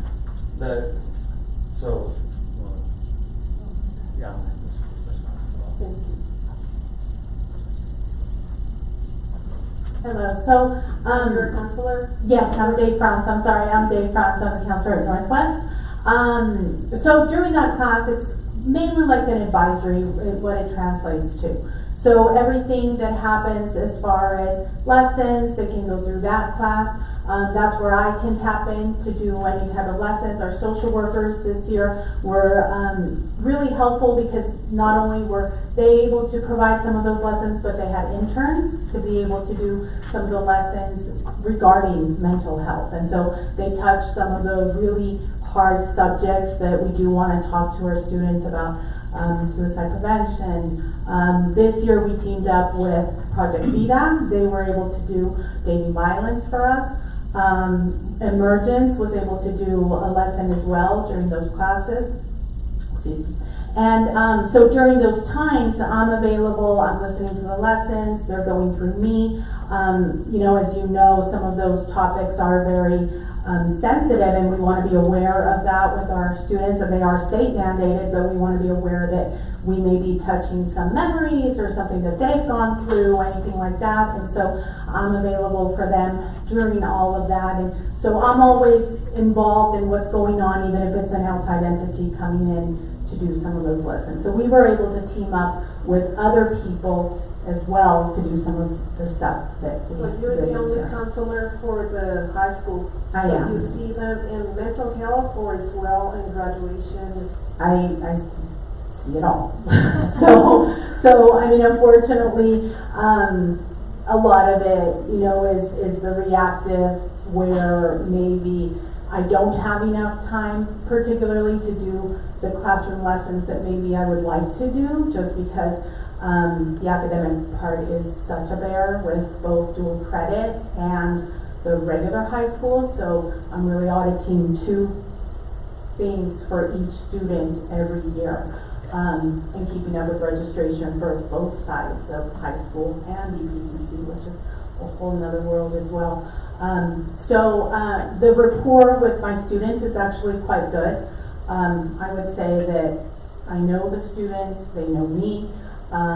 Many times, you know, they do feel comfortable coming in and letting me know when something is going on. And then obviously with Northwest, you guys I'm sure are familiar, the staff is absolutely phenomenal. It's not just me working alone with students. They give me the heads up about their students. Somebody came in, they're in a bad mood, can you keep an eye on them, can you touch base? I mean, to the point where like they're even talking about their friend circles and how that's changed, and we need to keep an eye in case anything happens there. So it's a whole group involvement. So do you have a lot of phone calls about the students' emotional well-being of Christ? I do. I guess a fair thing would be to say at Northwest, it doesn't happen so often, but when it happens, it's very severe. Like, it's very deep. A lot of our students, their parents are, you know, we have that small school where we can talk to parents maybe a little bit more easily. So a lot of our students are getting mental health already, privately. This year, we have been partnering up with Emergence, which has been amazing. That agency has worked with us in a really great way.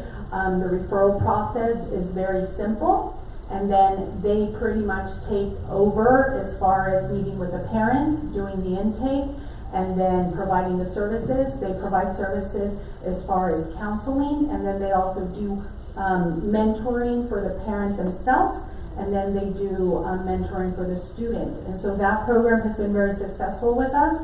We're planning to tap into it a lot more. What's been really good with that agency is that they're working under a grant, so it costs our students and parents $0. And they're doing it at the school because we have an MOU with them. So that's been very helpful. They keep us updated. So for our parents or students who haven't been able to reach out on the private sector for any counseling services, then Emergence has really stepped up to what our students need. So maybe it will be good, Dr. Geravis, to consider another person who can help, you know, a social worker here or mental health for the kids as a counselor for at Northwest Early College. I know our kids, the first thing should be our students. Mental health is a big thing right now. So I would like to ask you, Principal, or if there's any way that you could give us a report in the next Thursday packet as well in Canutillo High School, I would like to know how many upgrades do we have in Nova City College as well in Cantillo High School, please. Thank you so much, I appreciate that. Thank you, I appreciate it. Thank you. Anyone else? Yes, one more thing. I hate to put her on the spot, but Ms. Mondragon, I'd like to see if you could share a little bit about your experience at the early college school with us. Tell us how it was and what do you think about it? Well, for starters, I don't regret my decision. I love that school. I've never been more closer to people in my life, with students, teachers. I've met some of my closest friends, possibly some of my lifelong friends. Teachers are just an amazing support system. I have Ms. Baird and Ms. Franz over there who have really supported me to get to where I am and like get my scholarships, and they pushed some of my other friends to like go to Tufts, Williams, and just in general, just to have that support system that personally I don't think every school has to offer. You get that one-on-one attention. And as for me, I thrived in that environment. I liked the rigor. I was able to challenge myself. I was able to push myself. Of course, it could always be a different experience for everyone, but for me particularly, Northwest really was my calling, and I'm happy I chose that school. Thank you. Ms. Barnes?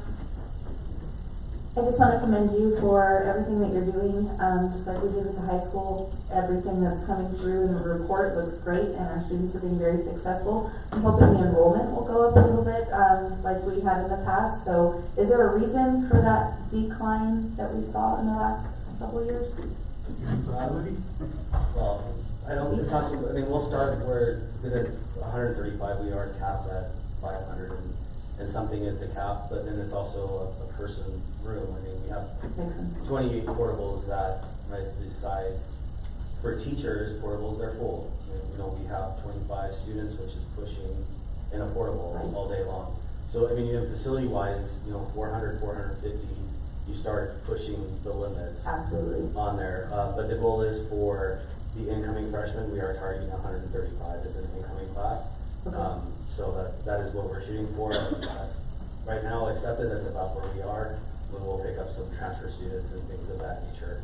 So enrollment as a whole hasn't necessarily dropped at the campus, just that particular senior class was less than yes, and that happens. It kind of it goes and comes. So yes. We'll get back up towards 180. It's just the class that started off a little bit lower. Great, thank you for that. And then to add to what Dr. Galavis was saying earlier, I think something that we can do to help, we do need to think about how can we get the students who are interested in going out of state, out of city, to those campuses to view them, talk to the different deans and things of that sort at different campuses. I think that would be very important. But to go back to what Armando was talking about the, military academies. Sorry, my brother actually went to the Naval Academy, and you are right that we have to start earlier than middle school. So it was his dream from elementary school to go to the Naval Academy. And he started from there. He struggled in school. He was not a good reader, and so he had to work very, very hard. But he had that goal in mind because of a seed that was planted early on. And so I think we need to consider that to help out our high school administration, our early college administration, to plant those seeds earlier so that by the time they get to middle school, they know what they want to do, or at least have some type of idea, and we can help facilitate that. We would love to have your brother come down. He actually was here last week. He just got out of the Navy and was getting ready to get married. So Thank you for help. Thank you. Well, thank you. So, what can I say as a mom, military daughter that she serves as a medic at the Air Force? That is true. Everything started home. Well, my husband's special forces. And then that's where we start to get the culture. That's where we have the love for serving this beautiful country. It's something that we as a parents, the institutes, the schools, which is good, but the most previous and the most important thing should come from home. That we need to talk to our kids, what is the value of serving this country? And then for the parents to sacrifice not to have your babies with you. Sometimes it hurts a lot. But well, may the Lord bless all the military, the ones that are underground, and the ones that are serving them, and the ones who already serve. Thank you. Thank you, Ms. Trout. Thank you, Mr. Thank Clark. you. I believe Just that. one thing, can you, Mr. Clark, can you tell the board where you're going next week? You're going to San Diego? Yeah, so Or- next Wednesday, Ms. Ariano and I are going to go present at a conference. We were named a finalist for America's Best School Award. So National Council of Urban School Transformation.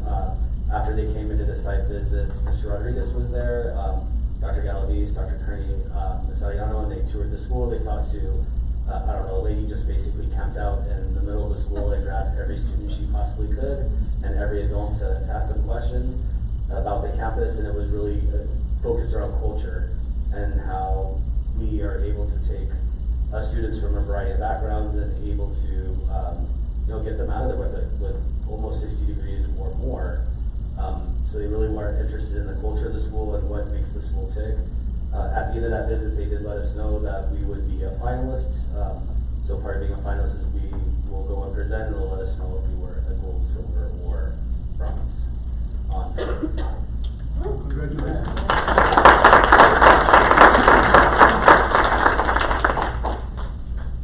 That's wonderful, Mr. Clark. Thank you so Thank much. you. And best of luck next week. Thank you. Next item. Item 5, Board of Trustees business. Item 5A, discussion and possible action regarding approval of the resolution appointing vouchers. Presenter A. Rodriguez. Can you all hear me? Is this better? Just real quick, I mean, I'm getting sick and tired of being attacked by bringing in partisan politics into our boardroom. As we know, public education is not a Republican or Democrat issue. It's it's an American, and partisan politics should not play a role in public education. I have that strong feeling with people across the aisles, whether they're Republican or Independent, and I believe Ms. Trout was able to go represent us last Tuesday with a lot of our great friends from across the state that do believe in public education and are against vouchers. So I hope that was inciting. I saw some of the pictures, and it was nice to see somebody from Fountainville advocating for that. Yes, definitely. And like you said, I'm sick and tired of politics. This should be about the kids. Not exactly because I'm this way or the other or private or whatever. There's money for everyone. There's money for public school and there's money for the other schools, the private schools as well. I had the opportunity to go because my daughter, she's a product of public school. And I do support all the kids that they come here in our public schools. That is our responsibility to do our best. That is our responsibility to provide the best as we can for our students. I'm not saying we're not going to have the best thing in the public school or in the private school. They should have the best in both education. And we need to support all of them. And I was very proud to be there because I was talking about to provide the best for our kids. Like I say it and I stated over there, let's continue to support our kids. Our kids are first. Let's focus in school safety.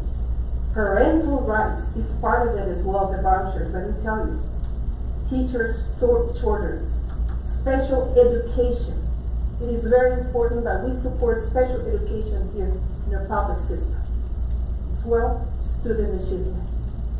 Besides everything, besides politics, that's what we need to support. I am a trustee of a public school, and I have to support my public schools. When my time comes to be served in the private school, I will do and support my private schools as well.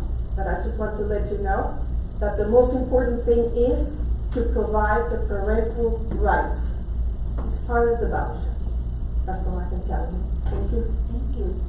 Mr. Rodriguez. So going back to it, I do agree in parental rights and having them, but I'm going to go over several stuff, and the partisan politics in this boardroom needs to stop. It's a wedge issue between 5 versus 2 and against our superintendent, and if you want to have a conversation in the community, I'm willing to have that, but it's important for us to make sure we show that all students can succeed and will succeed, and I'm all about that. So as we go back to this is education is a multi-billion-dollar market. The private sector is eager to get its hands on those dollars. Some people are devoted to the free markets and believe that private that private is inherently superior to public, and shrinking public education furthers people's agenda to drastically reducing public education and the true impact it has on many of our kids. So, with that, there is, a survey that I'm going to go over, which is why Texans oppose vouchers. But more than that, it's interesting enough, some of the speakers that were here actually are from Keystone Christian School. Is that the same school your kids attend? So,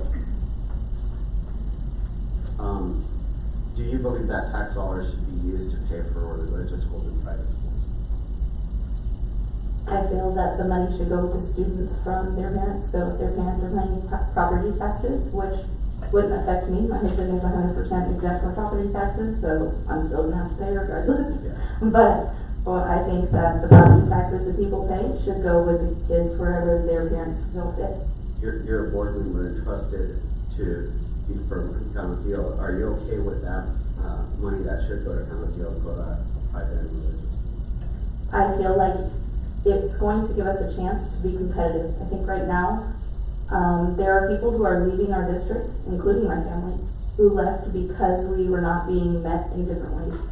And I felt the need to have to take my daughter out. Now, do I have a love for public education? I do. I wouldn't have been a teacher for almost 12 years if I didn't.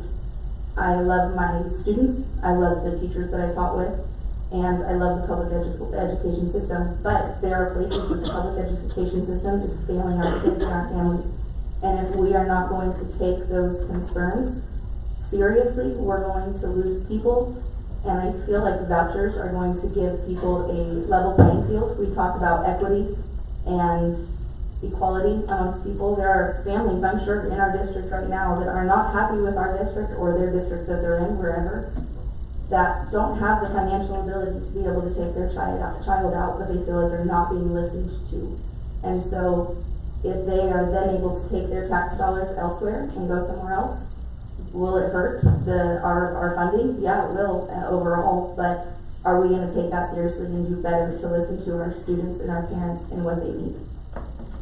So there's room for improvement, whether it's a private schools, whether it's a public schools, whether it's a charter schools.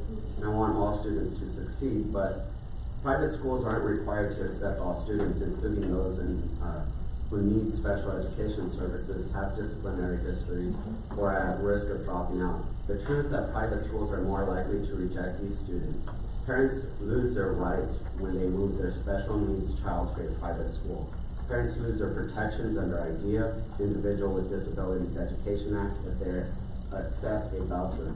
Parents would be able to access due process under admissions reviews and dismissals ARD committees, as well as other federal protections. So some of this rhetoric is not what is actually able to happen. Private schools do not have the same level of accountability to parents, the state, and taxpayers as public schools do. In regards to the survey that was provided in the background, this was in February. It's Perception Insight, an Austin-based opinion research survey. Several voters, 48% Republican, 30% Democrat, 14% Independent. And this is why Texans oppose vouchers. Vouchers give private schools, not parents, the right to choose. Private and religious schools are not required to meet the same academic standards as public schools, and they do not report test results, graduation rates, and other performance measures to the public. Using tax dollars to pay for tuition at private and religious schools would grow into a costly entitlement program. A taxpayer-funded voucher program would reduce the amount of state funds available for all schools, harming many rural Texas communities where families have few, if any, in private school options. So other key findings, regardless of party affiliation, the majority, 55% of those responding to the poll reported being less likely to support vouchers, knowing that these proposals will give private schools, not parents, the right to choose. Other findings include that 70% of Texans have a positive impression of educators in their district, and I strongly support our educators here and our administrators. We've done tremendous success with our staff, and we appreciate you. 56% said that state does not provide enough funding to public schools, and this is some of the areas that we need to look at in regards to the funding that is being brought to public education, so that way we could actually help some of our teachers and our students instead of taking money away from public schools. Texans said that school safety should be the top education priority for elected officials, followed by curriculum and instruction concerns over library books, and math. 36% said public education should be the highest priority of the legislator, and 39% think it's very important for legislators to enact laws respecting parental rights in public schools. So with that, there is a resolution that was provided. I'm okay with the motion and the second, unless somebody wants to have a discussion. Madam President, I'm going to give my 2 cents as a public educator, 30 years serving this board, this community. Hey, you want to send your child to Catholic school because that's what's for you, send them to Catholic school. Let me tell you the problem with vouchers. What they do is they rob our neediest kids, what you just wrote on there, because those tax dollars, they don't accept kids with disabilities, kids that are at risk. And so what happens is that the money goes there, and now we cannot offer what we need to for these kids, especially kids in poverty. There's so much research out there that shows that when those tax dollars go to private schools or religious schools or whatever kind of school you want to send your child to, it really diminishes public school. So for me, I am going to vote no vouchers, no to vouchers, because it hurts kids. And if we say we're for kids, then we've got to really be for kids. And that's my humble opinion. Public education is something that's sacred and beautiful, that's afforded this country to everybody, to every single child, rich, poor, tall, skinny, fat, purple hair, pink hair, it doesn't matter, whatever religion they are. And by us saying that we will allow vouchers because parents have choice, you do have choice. Send your kid to Catholic school and pay for it. But those dollars are meant to be shared. I don't agree with a lot of the way my tax dollars go, but it's part of me being an American and following the Constitution. So, and my tax dollars go to that because I'm a team player, and it's about the kids. It really is about the kids. And if you really look at it, we rob the neediest kids of a good education, of being able to be served, because that money goes away. And as it is, we're already underserved in public ed. Mr. President? Mr. Really quick, to follow up on Ms. Borrero, I agree with her wholeheartedly. You're absolutely right. And then I just want to add one little thing. The statistics show that if this bill gets passed, there's going to be, in the next 3 years, 25,000 new students that are going to go away from public schools, and it's going to cost the taxpayers in the next 3 years $1 billion for taxes that are going to be taken away from our students that need it, that we won't be able to service anymore. So I am wholeheartedly with you, and I just wanted to say that. I have a question. Legal counsel, do we need to read the resolution into the record? You don't have to, but you can. It's up, Mr. Rodriguez is presenting it. It's his choice if he wants to. It's in the packet.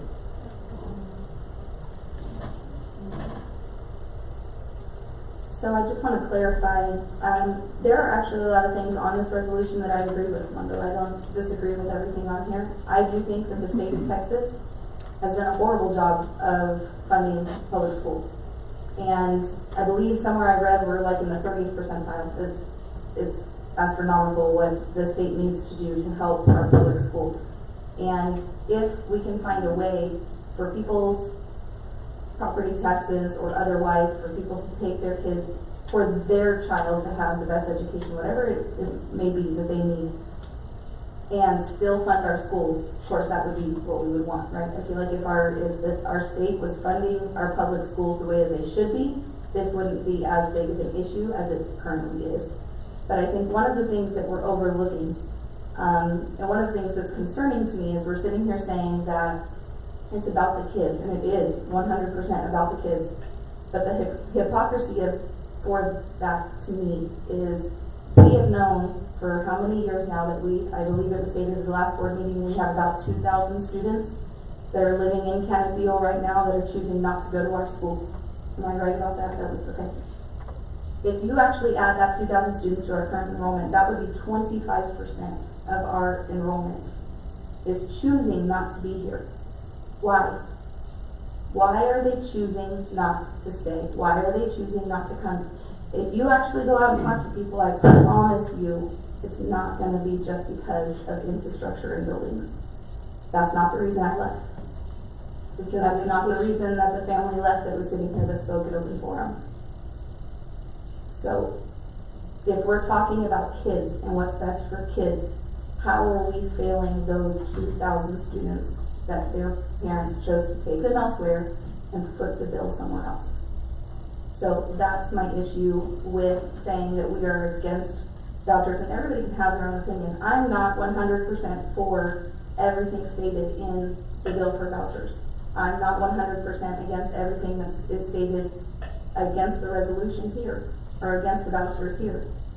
I have very firm beliefs in what I believe, and I feel that we as public school need to do a better job of listening to our parents and the needs that the students need so that we are meeting all students. And I do want to blanket statement of private schools don't take special needs students. That's not true 100%. The school that we attend has many special needs students. And I think it depends on whether or not their parents are willing to then give them the additional resources that are needed for counseling, for therapy, because those private schools don't have the money to fund those counselors and those therapists to give those services during the school day. So, are there things that are not offered at a private school that public schools offers? Absolutely. But ultimately, I think we need to honor what is going to be best for each individual child so that they can receive the best education. And what are we going to do better to not lose those 2,000 students? Well, you know, those 2,000 students, they're not all going to private schools. No, they're not. They're going to public schools, so that's Yes, still that's true, our that's tax true. money. That's still helping, you know, so we need to know what the percentage is at. So thing is That's that. a good point, that's a good point. Ms. Chair, No, go ahead. all that I wanted to say is either whether private or public schools is something very important that we need to underline. What is the problem here? We need to include the parents. It's something very important, like I said that day, and let me read it. In the well-being of the Texas public schools, we believe in the strong partnership. We believe in the strong partnership between our teachers and our parents. Are we doing that? Together, based on the expertise of the educators and desire of the parents, we can make the best decisions for our families and students. It's something that really wants me to support this because we are including the parents. If we include the parents, believe me, we're going to have a very successful students. Because not all the job is from the teachers, not all the job is from the trustees or administration. The parents play a very special role in the education of the children. That's what Governor Abbott instituted this. That the parents, they need to be allies in the education of the children. Thank you. Thank you, Ms. Trout. With that, do I have a motion? Do I have a second? You need to state the motion. You're moving to approve the resolution? Yeah, I'm moving to approve the resolution and have a comment before I read it. Page 20. Or I actually have my hand on me. So in regards to school choice, going back to what Ms. Borrego said, school choice is there, and it's Ms. Florence has that opportunity to choose for schools not to go to Canadeo, but to take her kids to a private Christian school. And so my biggest thing is we're here to be entrusted, and I know there's ways. Our district has had tremendous success, and we're going to continue to do that. What we need to do is work on where we can grow, but every area, whether it's a private charter, has a lot more, and the data is not showing what is actually being reduced. As we know, this is just an attack on public education, so that way only certain people could get educated and others can't. As read earlier, it's to make sure that that a certain group of people believe that private schools are inherently superior to public, and I believe that's wrong. We've had tremendous success from our public schools, and we're going to continue to see that within our community. So with that, I'll move to approve the resolution, Madam Chair. Thank you. Madam Chair, I'm sorry. I have a comment to make. It is very important, Mr. Rodriguez, to see if we could add this, that the well-being of the Texas school believe in the partnerships between the teachers and parents. This is a very important thing that really I want to understand. What are you trying to add and where? In the resolution that the well-being of the Texas public schools, we believe in the strong partnership between our teachers and our parents. Together, based on this expertise of the educators and desire of the parents, we can make the best decisions for our family. And that's what I would like to add. Well, with our parents and our educators. Yes. Because I want to make Yes. sure. So if you could wordsmith that, would it be Gustavo or? Gustavo? You know, well, you Can could we- address, but, please? will you say that again? Okay. In the well-being of the Texas public schools, we believe in the strong partnership between our teachers and our parents. Together, based on the expertise of our educators and the desire of the parents, we can make the best decisions for our families. I'm okay with that. Are you okay Yeah. with that? Thank you. Can we add it, Gustavo? Yes, sir. Thank you. I'll be added. Thank you. Then I'll say. And that will be Oh, part of my this is- motion. I like that. And, okay. Do I have a I like second? that. Thank you so much. No, there's a motion and a second. We'll take the vote and then I'll read the resolution. Who was the second? Ms. Ms. Trout. Trout? Yes. I'm sorry with this, but I have over the old business. Can we pull the board? Ms. Barnes? No. Ms. Borrego? Yes. Ms. Mendoza? Yes. Mr. Rodriguez? Yes. Mr. Cimental? Yes. Ms. Trout? Yes. Ms. Zuniga? Yes. Motion passes. And with that, I'll read the resolution. The resolution is Board of Trustees vote. The resolution voucher education savings account taxpayer grants and other mechanisms that reduce public education funding. State of Texas, County of El Paso. Whereas Article 7, Section 1 of the Texas Constitution requires the Texas legislature to establish and make sustainable provisions for the support, maintenance of an efficient system of public free schools. Whereas Texas public school districts accept every student. Whereas education savings account and other voucher schemes give private schools, not parents, the right to choose. Whereas Texas public schools adhere to the state mandated academic and financial accountability standards. Whereas private schools are not required to meet the same academic standards as public schools, and they do not report test results, graduation rates, and other measures to the public. Whereas school choice already exists in the Texas via public school districts, charter schools, and inter-district transfers, homeschools, virtual schools, and private schools. Whereas education savings accounts and similar voucher scheme eliminate public accountability of schools and taxpayer dollars. Whereas using tax dollars to pay for the tuition at private and religious schools would grow into the costly entitlement program. Whereas a taxpayer-funded voucher program would reduce the amount of state funds available for all schools, harming many rural Texas communities where families have few, if any, private school options, and whereas Texas parents who accept a voucher would lose out on a long list of important parental rights outlined in Texas State Education Code and in federal law, especially protection for students receiving special education services.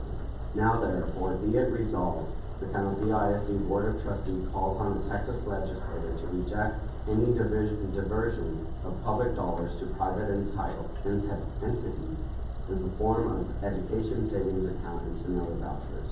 passed and approved on this day, 25th day of April 2020. Trustee Rodriguez, so I'm gonna read this, what, trustee Trout recommends. Okay. Correct me if I'm wrong. Whereas stakeholders. What? Go ahead. No, I forgot to. Whereas stakeholders in the well-being of Texas public schools, we believe in the strong partnership between our teachers and our parents, together based on the expertise of our educators and the desire of parents, we can make the best decisions for our families. Thank you. Thank you, Mr. Next item. Item 6, Yes, sir. Move. consent agenda voting. Administration recommends approve as presented. I move. Sorry. Mr. Rodriguez. I'll second it. Okay. That's a move, and I'll second it. Ms. Trout? Make the motion and Mr. Rodriguez second. Can we pull the board? Sir, Ms. Barnes? Yes. Ms. Borrego? Yes. Ms. Mendoza? Yes. Mr. Rodriguez? Yes. Mr. Cimental? Yes. Ms. Trout? Yes. Ms. Zuniga? Yes. Motion passes. Next item.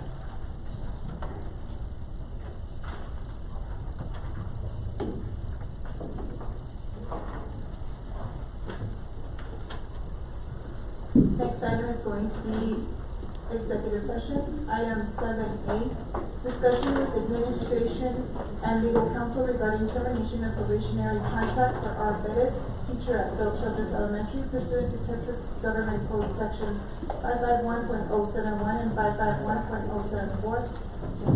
Item 7B, discussion with legal counsel and administration regarding the proposed non-renewal of the term contract of E. Gonzalez hired under SOE program and termination of the contract due to end of program and end of funding pursuant to Texas Government Code sections 551.071 and 551.074.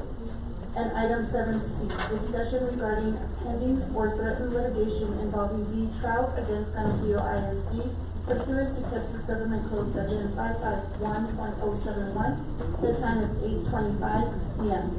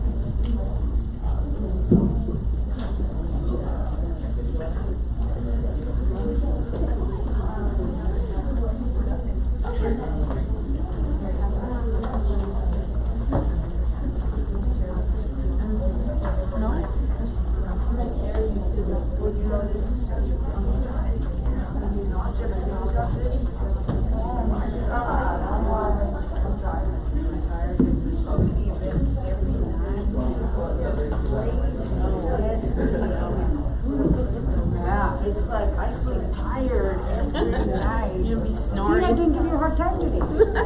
There you go. You don't have to worry. Right now, when I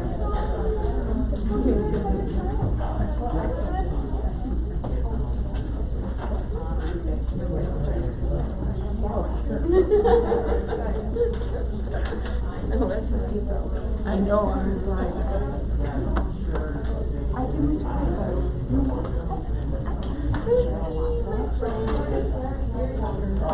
She's like, I just started on the board. She did, but I feel like I'm new to the board, so how can I answer that? Like, she can answer it. She's a pro, Mrs. Trout, but not me.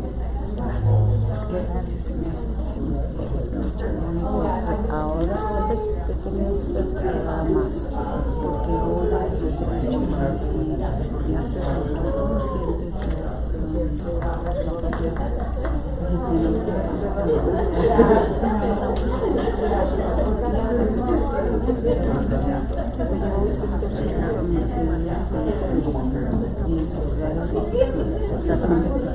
Come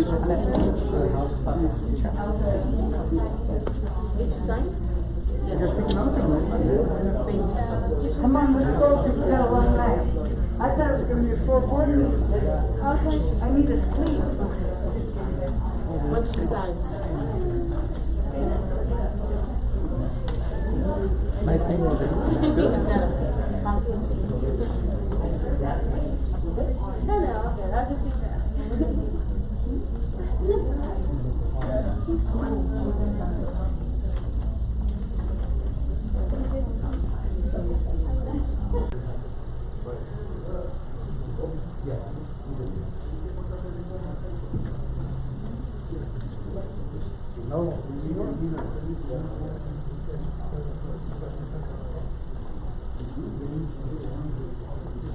You waiting for the pastel or what? No, I'm waiting.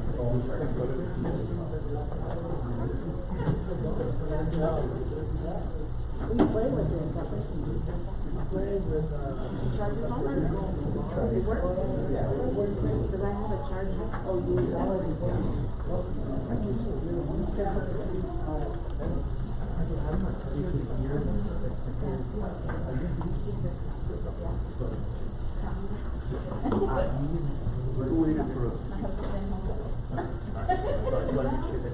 Just me.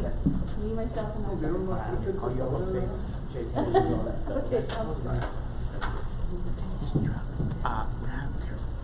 We're having the Teacher of the Year dinner on Friday, this Friday at the high school.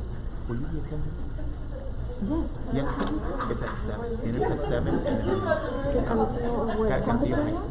Cantillo High School in the Rotunda, the dinner. Okay. And then we're going to go into the auditorium to surprise the winners. They're all going to be there, and then we're going to announce the winners. Oh, okay, perfect. Oh, it's gonna be It's nice. going to be nice. Very good. wedges. You'll be there? Okay, you're gonna make it to the Friday, to the Teacher of the Year? I had to New York Thursday.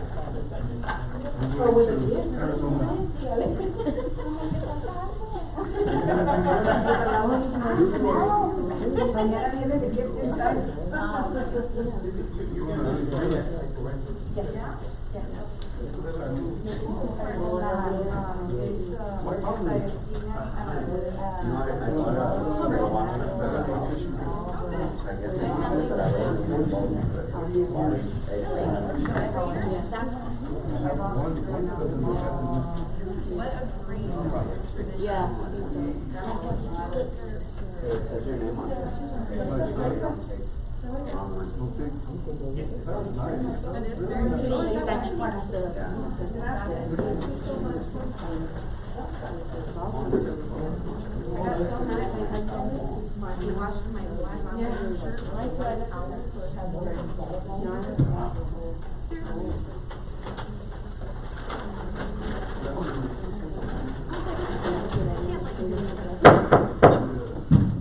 Bring us back into order. The time is 9:19. New business, item 8.8, discussion and possible action regarding termination of probation contract for R. Perez, teacher of Bill Childress Elementary. Thank you. Good evening, Board President Mendoza, Dr. Galvez, members of the board. We discussed the status of the probationary contract of Ms. Perez, who's the teacher of Bill Childress. Pursuant to the terms of that contract, the board, based on the discussion we had in closed session, it's our recommendation that you authorize the administration to issue notice regarding the termination of the probationary contract with Ms. Perez. The reasons discussed in closed session being the best interest of the school district, and that we issue appropriate notice to her immediately. Do I have a motion? I motion. Do I have a second? Motion by Ms. Barnes and seconded by Ms. Zuniga. Can we call for the vote? Ms. Barnes? Yes. Ms. Borrego? Yes. Ms. Mendoza? Yes. Mr. Rodriguez? Yes. Mr. Cimentan? Yes. Ms. Trump? Yes. Ms. Zuniga? Yes. Motion passes.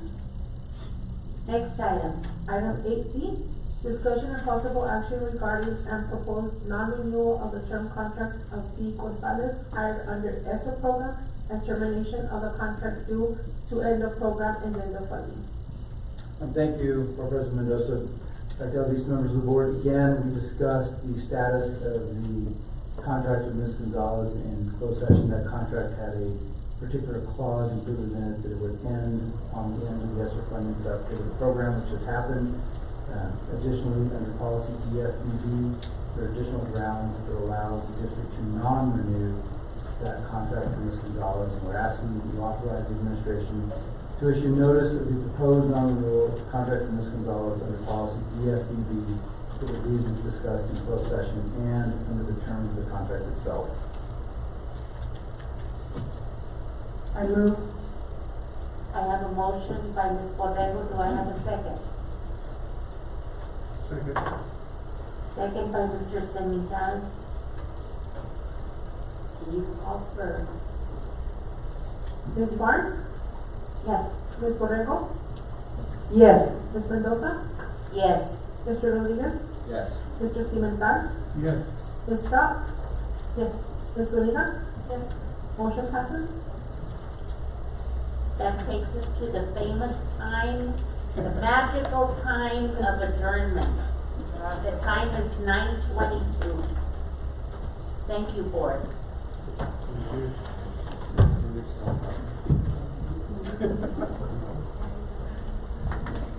Here we go.